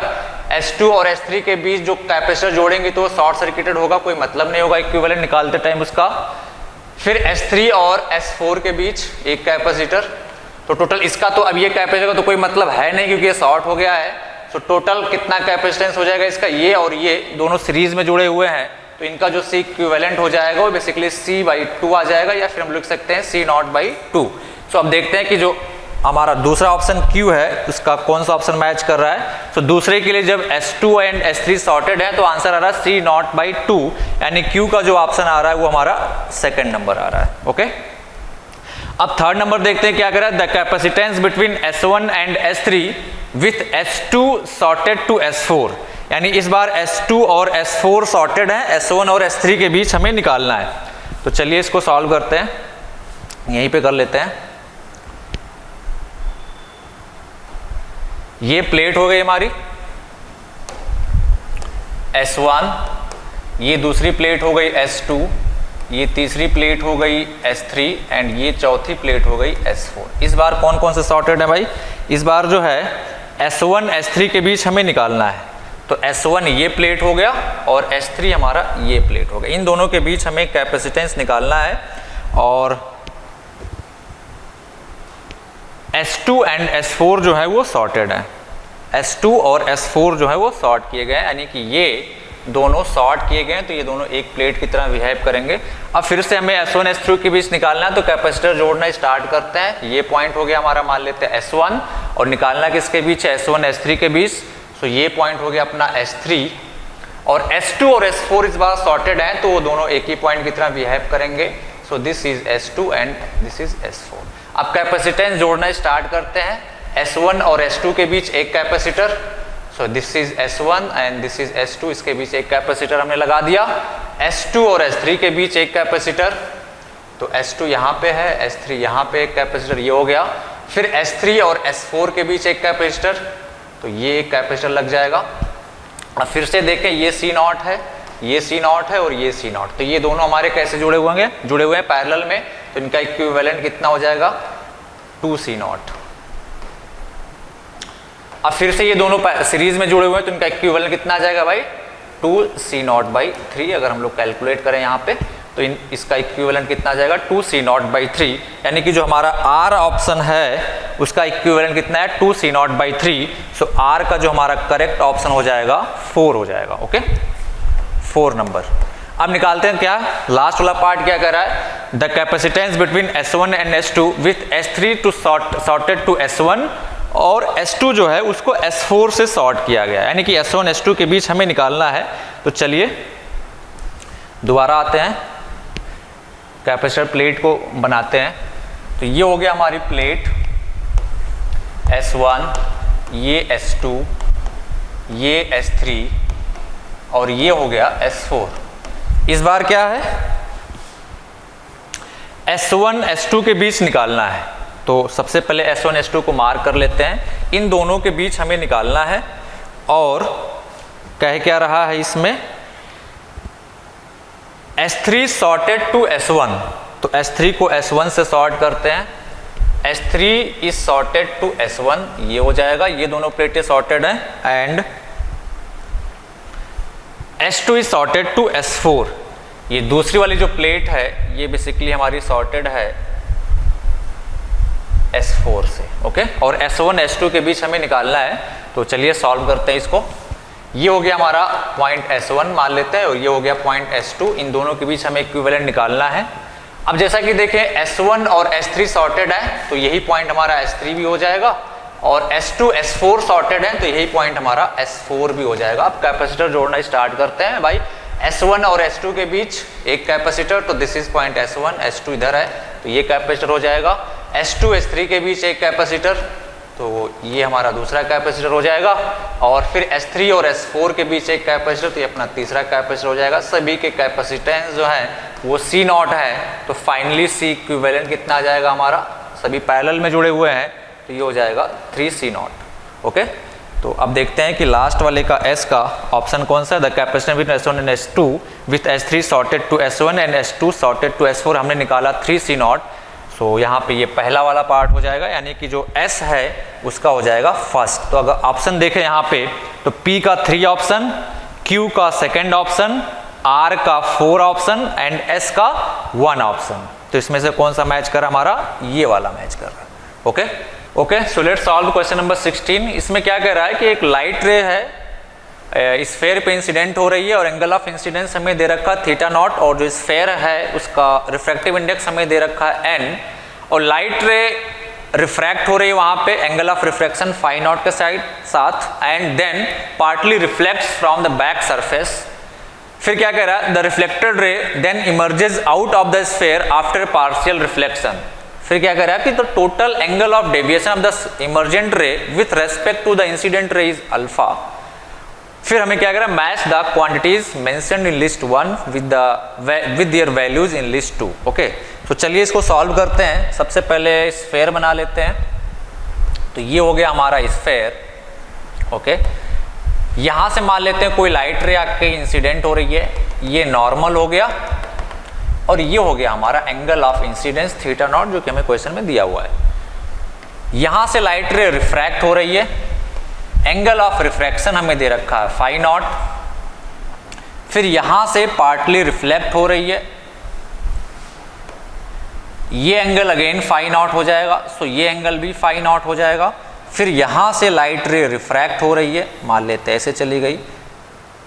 अगर यहाँ पे ध्यान से देखें तो ये एंगल भी φ0 हो जाएगा और ये एंगल हो जाएगा हमारा θ0, ओके। सो अगर यहाँ पे हम लोग टोटल डेविएशन कैलकुलेट करें तो यहाँ पे अगर हम लोग टोटल डेविएशन कैलकुलेट करें, सो दिस विल बी Δ1, और इस Δ1 की वैल्यू कितनी आ जाएगी, θ माइनस φ0।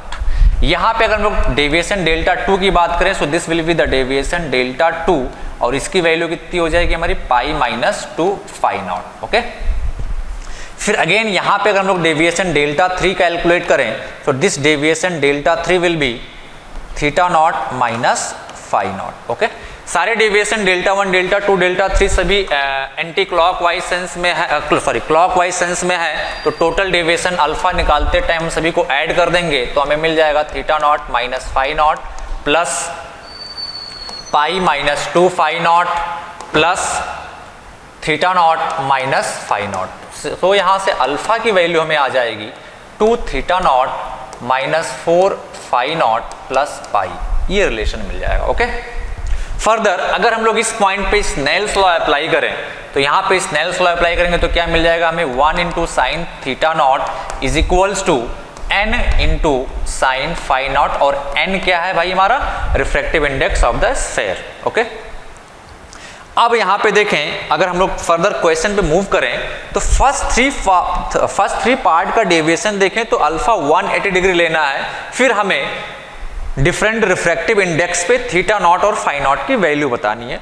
तो अगर हम लोग यहाँ पे अल्फा की वैल्यू 180 डिग्री ले लें first three option P Q are के लिए, तो देखते हैं कि थीटा नॉट और फाई में रिलेशन क्या आता है। तो यहाँ पे अगर मैं अल्फा की वैल्यू 180 डिग्री ले लूँ, so 180 degree is equal to 2 theta not minus 4 phi not plus pi, pi means 180 degree, so this will get cancel out. तो यहाँ से रिलेशन आ जाएगा 2 theta not is equal to 4 phi not, या simple बात करें तो थीटा नॉट आ जाएगा हमारा 2 फाई नॉट। ओके, फर्दर इस इक्वेशन से हम लोग क्या लिख सकते हैं, 2 sine theta not by 2 into cos theta not by 2 is equals to n sine, और फाई नॉट की जगह पे मैं रख देता हूँ थीटा नॉट बाई 2। तो ये sine theta not by 2 sine theta not by 2 cancel out हो जाएगा, तो यहाँ से मिल जाएगा हमें 2 cos theta not by 2 is equals to n। Okay, तो ये बहुत ही इंपॉर्टेंट रिलेशन आ गया। जब अल्फा हम 180 डिग्री ले रहे हैं तो ये रिफ्रैक्टिव इंडेक्स और angle of incidence theta naught में रिलेशन आ गया। अब अगर हम लोग फर्दर क्वेश्चंस पे जाएं तो हमने दो रिलेशंस निकाले हैं। पहला रिलेशंस निकाला है theta not is equals to 2 phi not and 2 cos theta not by 2 is equals to n। ये दो क्वेश्चंस, दो इक्वेशन से हम पी क्यू आर की मैचिंग इजिली करा सकते हैं।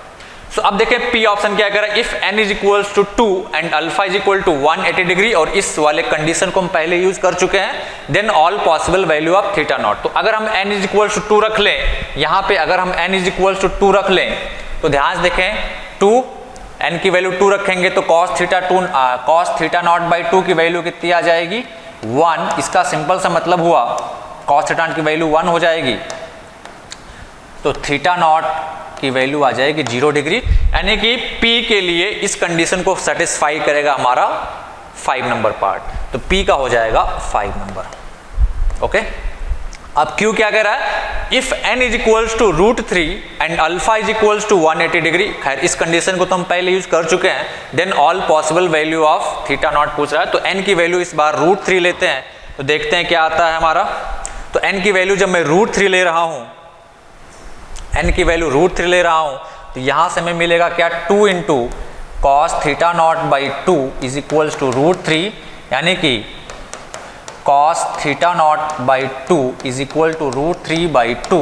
तो यहाँ से हमारा थीटा नॉट आ जाएगा कितना, थीटा नॉट बाई 2 आ जाएगा 30 degree, then theta not is 60 degree. Okay, यानी कि इस कंडीशन के लिए अगर देखें n इज इक्वल टू √3 ले रहे हैं और अल्फा 180 डिग्री ले रहे हैं, तो थीटा नॉट की वैल्यू हमारी कितनी आई, थीटा नॉट की वैल्यू जो आई हमारी, थीटा नॉट की जो वैल्यू आई है वो 60 डिग्री आई है। यानी कि अगर हम लोग Q की बात करें तो कौन सा ऑप्शन हो जाएगा, सेकंड ऑप्शन हो जाएगा। ओके, और यहाँ पे जो 0 डिग्री दिया हुआ है, इस 0 डिग्री के लिए जो इक्वेशन हमारा है ये उस हर वैल्यू 0 के लिए सेटिस्फाइड होगा। अब अगर हम लोग R की बात करें, कह रहा है if n is equal to √3 and alpha equal to 180 degree then all possible value of phi not. तो यहाँ पे ध्यान से थीटा नॉट और फाई नॉट पे हमने क्या निकाला है relation, theta not is equal to 2 phi not, और 180 डिग्री डेविएशन और n इज इक्वल टू √3 के लिए थीटा नॉट की वैल्यू 60 डिग्री निकाली है, तो फाई नॉट की वैल्यू कितनी हो जाएगी, थीटा नॉट बाई 2 यानी कि 30 डिग्री हो जाएगा। तो यहीं से हमें पता चल जाएगा कि r का वैल्यू कितना हो जाएगा हमारा 1 हो जाएगा। R का करेक्ट आंसर क्या हो जाएगा 1 आ जाएगा। फिर लास्ट क्या कह रहा है, if n is equal to √2 and theta not is equal to 45 degree then all possible value of alpha हमें निकालना है। तो इसको हम लोग सिंपल तरीके से भी कर सकते हैं। n की वैल्यू कितनी लेनी है, n की वैल्यू हमें √2 लेनी है और थीटा नॉट की वैल्यू 45 डिग्री लेनी है। तो उसके करस्पॉन्डिंग ध्यान से देखें, स्नेल्स लॉ हमने अप्लाई किया हुआ है। Sine theta not is equals to क्या था हमारा n into sine phi not. So theta not की वैल्यू 45 डिग्री लेनी है एंड n की वैल्यू √2 लेनी है। उसके करस्पॉन्डिंग हम फाई नॉट कैलकुलेट कर सकते हैं। So this will be 1/2 equal to sine phi not, या फिर फाई नॉट की वैल्यू आ जाएगी 30 डिग्री। तो इसके करस्पॉन्डिंग अल्फा का रिलेशन क्या था हमारा 2 theta not minus 4 phi not plus pi, value सारी रखेंगे तो थीटा नॉट 45 डिग्री है, माइनस 4 फाई नॉट की वैल्यू हमने 30 डिग्री निकाल रखी है, तो 30 degree plus pi means 180 degree. After simplification we will get the deviation alpha 150 degree. Okay, so अब यहाँ पे ध्यान देखें तो इस ऑप्शन एस के लिए हमारा क्या आ जाएगा 150 degree, that means option 4, say that means S के लिए हमारा हो जाएगा 4। अब यहाँ पे अगर हम लोग ऑप्शन मैच कराएं तो पी का 5, क्यू का सेकेंड पार्ट एंड आर का फर्स्ट एंड एस का 4, so option A will be correct. चलो तो अब क्वेश्चन नंबर 17 सॉल्व करते हैं पेपर 1 का। इसमें क्या दे रखा है, हमको एक सर्किट दे रखा है और क्वेश्चन क्या कह रहा है कि जब हम फर्स्ट इस K1 को क्लोज करते हैं तो immediately after closing this switch K1 इस रजिस्टर में करंट हमारा कितना फ्लो हो रहा है I1, तो हमें ये वैल्यू I1 निकाल ली है। फिर कह रहा है कि आफ्टर लॉन्ग टाइम है ना इसमें करंट जा रहा है I2, तो ये हमें वैल्यू I2 की निकालनी है। फिर क्या कह रहा है क्वेश्चन में कि अब साइमल्टेनियसली इस K2 को क्लोज कर दिया गया और इस K1 को ओपन कर दिया गया, तो हमें निकालना है frequency of oscillation in kilo radian per second and the value of V not in volt. Okay, तो चलिए इसको सॉल्व करते हैं। तो यहाँ पे जब हम इमीडिएटली K1 को क्लोज करेंगे, जब इमीडिएटली K1 को क्लोज करेंगे तो जो हमारा इंडक्टर है वो करंट को अलाउ नहीं करेगा इससे। तो इस सर्किट में जो रेजिस्टेंस R0 है, इस रेजिस्टेंस R0 में करंट जो I1 जाएगा immediately after closing the switch K1, वो कितना हो जाएगा, 0 हो जाएगा। फिर क्या कह रहा है कि आफ्टर वेरी लॉन्ग टाइम जब K1 को क्लोज कर दिया उसके काफ़ी समय बाद स्टेडी स्टेट करंट इसमें कितना दौड़ रहा है I2, तो जब स्टेडी स्टेट अचीव हो जाएगा तो ये जो इंडक्टर हमारा एक कंडक्टिंग वायर की तरह बिहेव करेगा। सो इस रेजिस्टेंस R0 में जो करंट I2 है उसकी वैल्यू हो जाएगी कितनी 20/5 यानी कि 4 एम्पियर, यानी कि I1 आया 0 और हमारा I2 आया 4 एम्पियर। सो P का जो वैल्यू आ रहा है I1 करंट वो 0 है, तो P का जो ऑप्शन हो जाएगा 1 हो जाएगा and Q the value of I2 हमारा 4 आया है, तो इसका कौन सा ऑप्शन हो जाएगा, थर्ड हो जाएगा। अब कैलकुलेट करते हैं third number part, the value of omega not in kilo radian per second. तो अब किया क्या गया, इस K1 को ओपन किया कर दिया गया और इस K2 को साइमल्टेनियसली क्लोज कर दिया गया। ओके, इसको साइमल्टेनियसली ओपन किया गया K1 को और K2 को क्लोज कर दिया गया। तो हमें फ्रीक्वेंसी ऑफ ऑसिलेशन निकालना है, तो ओमेगा नॉट कितना आ जाएगा, सिंपल सी बात है 1/√L into C. So 1/√, inductance की वैल्यू दे रखी 25 milli henry, so 25 into 10⁻³ and capacitance दे रखा है 10 माइक्रोफैरड, सो 10 इंटू 10⁻⁶। इसको सिंप्लीफाई करेंगे तो ये आ जाएगा 1.5 इंटू 10⁴ और ये हमारा कितना आ जाएगा 2000 रेडियन पर सेकेंड, या इसको बोल सकते हैं 2 kilo radian per second. So third वाला पार्ट जो है हमारा, इसका सिंपल सा आंसर कौन सा हो जाएगा, आर का 2 किलो रेडियन पर सेकेंड, यानी कि इसका हो जाएगा सेकेंड नंबर। अब लास्ट कैलकुलेट करना है the value of V not in volt. तो value of V not calculate करने के लिए हम क्या करेंगे, इसमें जो करंट, इसमें जो maximum energy magnetic energy stored हुई है 12Li2² और इसमें जो मैक्सिमम एनर्जी स्टोर होगा 12CV0²। सो दोनों को इक्वेट कर देते हैं क्योंकि आसोसिएट करेंगे। सो 12CV0² is equal to 12Li² और करंट स्टडी कौन सा था, I2। सो ये हाफ से हाफ कैंसल आउट हो जाएगा। इसको सिंप्लीफाई करते हैं, कैपेसिटेंस C का वैल्यू कितना दे रखा है हमें 10 microfarad, so 10 into 10⁻⁶ into V0² is equals to L is 25 milli henry, so 25 into 10⁻³ into I2 हमने कैलकुलेट कर रखा 4, तो 4 का स्क्वायर हो जाएगा 16। इसको फर्दर सिंप्लीफाई करते हैं, V0 निकालते हैं। सो V0 यहाँ से आ जाएगा हमारा, V0 आ जाएगा 25 into 16 that will be 400 into 10⁻³ by 10 into 10⁻⁶। तो ये आ जाएगा 40 इंटू 10⁻3, इसको हम लिख सकते हैं 4 इंटू 10⁻4। सो V0² आ जाएगा, आ गया हमारा 4 इंटू 10⁻4। सो V0 कितना आ जाएगा यहाँ से 200। ओके, सो लास्ट पार्ट का ऑप्शन कौन सा हो जाएगा, एस पार्ट का हमारा आंसर कितना हो जाएगा 200, सो दैट इज 5। तो ऑप्शन मैच करते हैं, P का 1, Q का 3rd नंबर, R का 2nd नंबर एंड S का 5 नंबर, सो हमारा ऑप्शन ए करेक्ट हो जाएगा।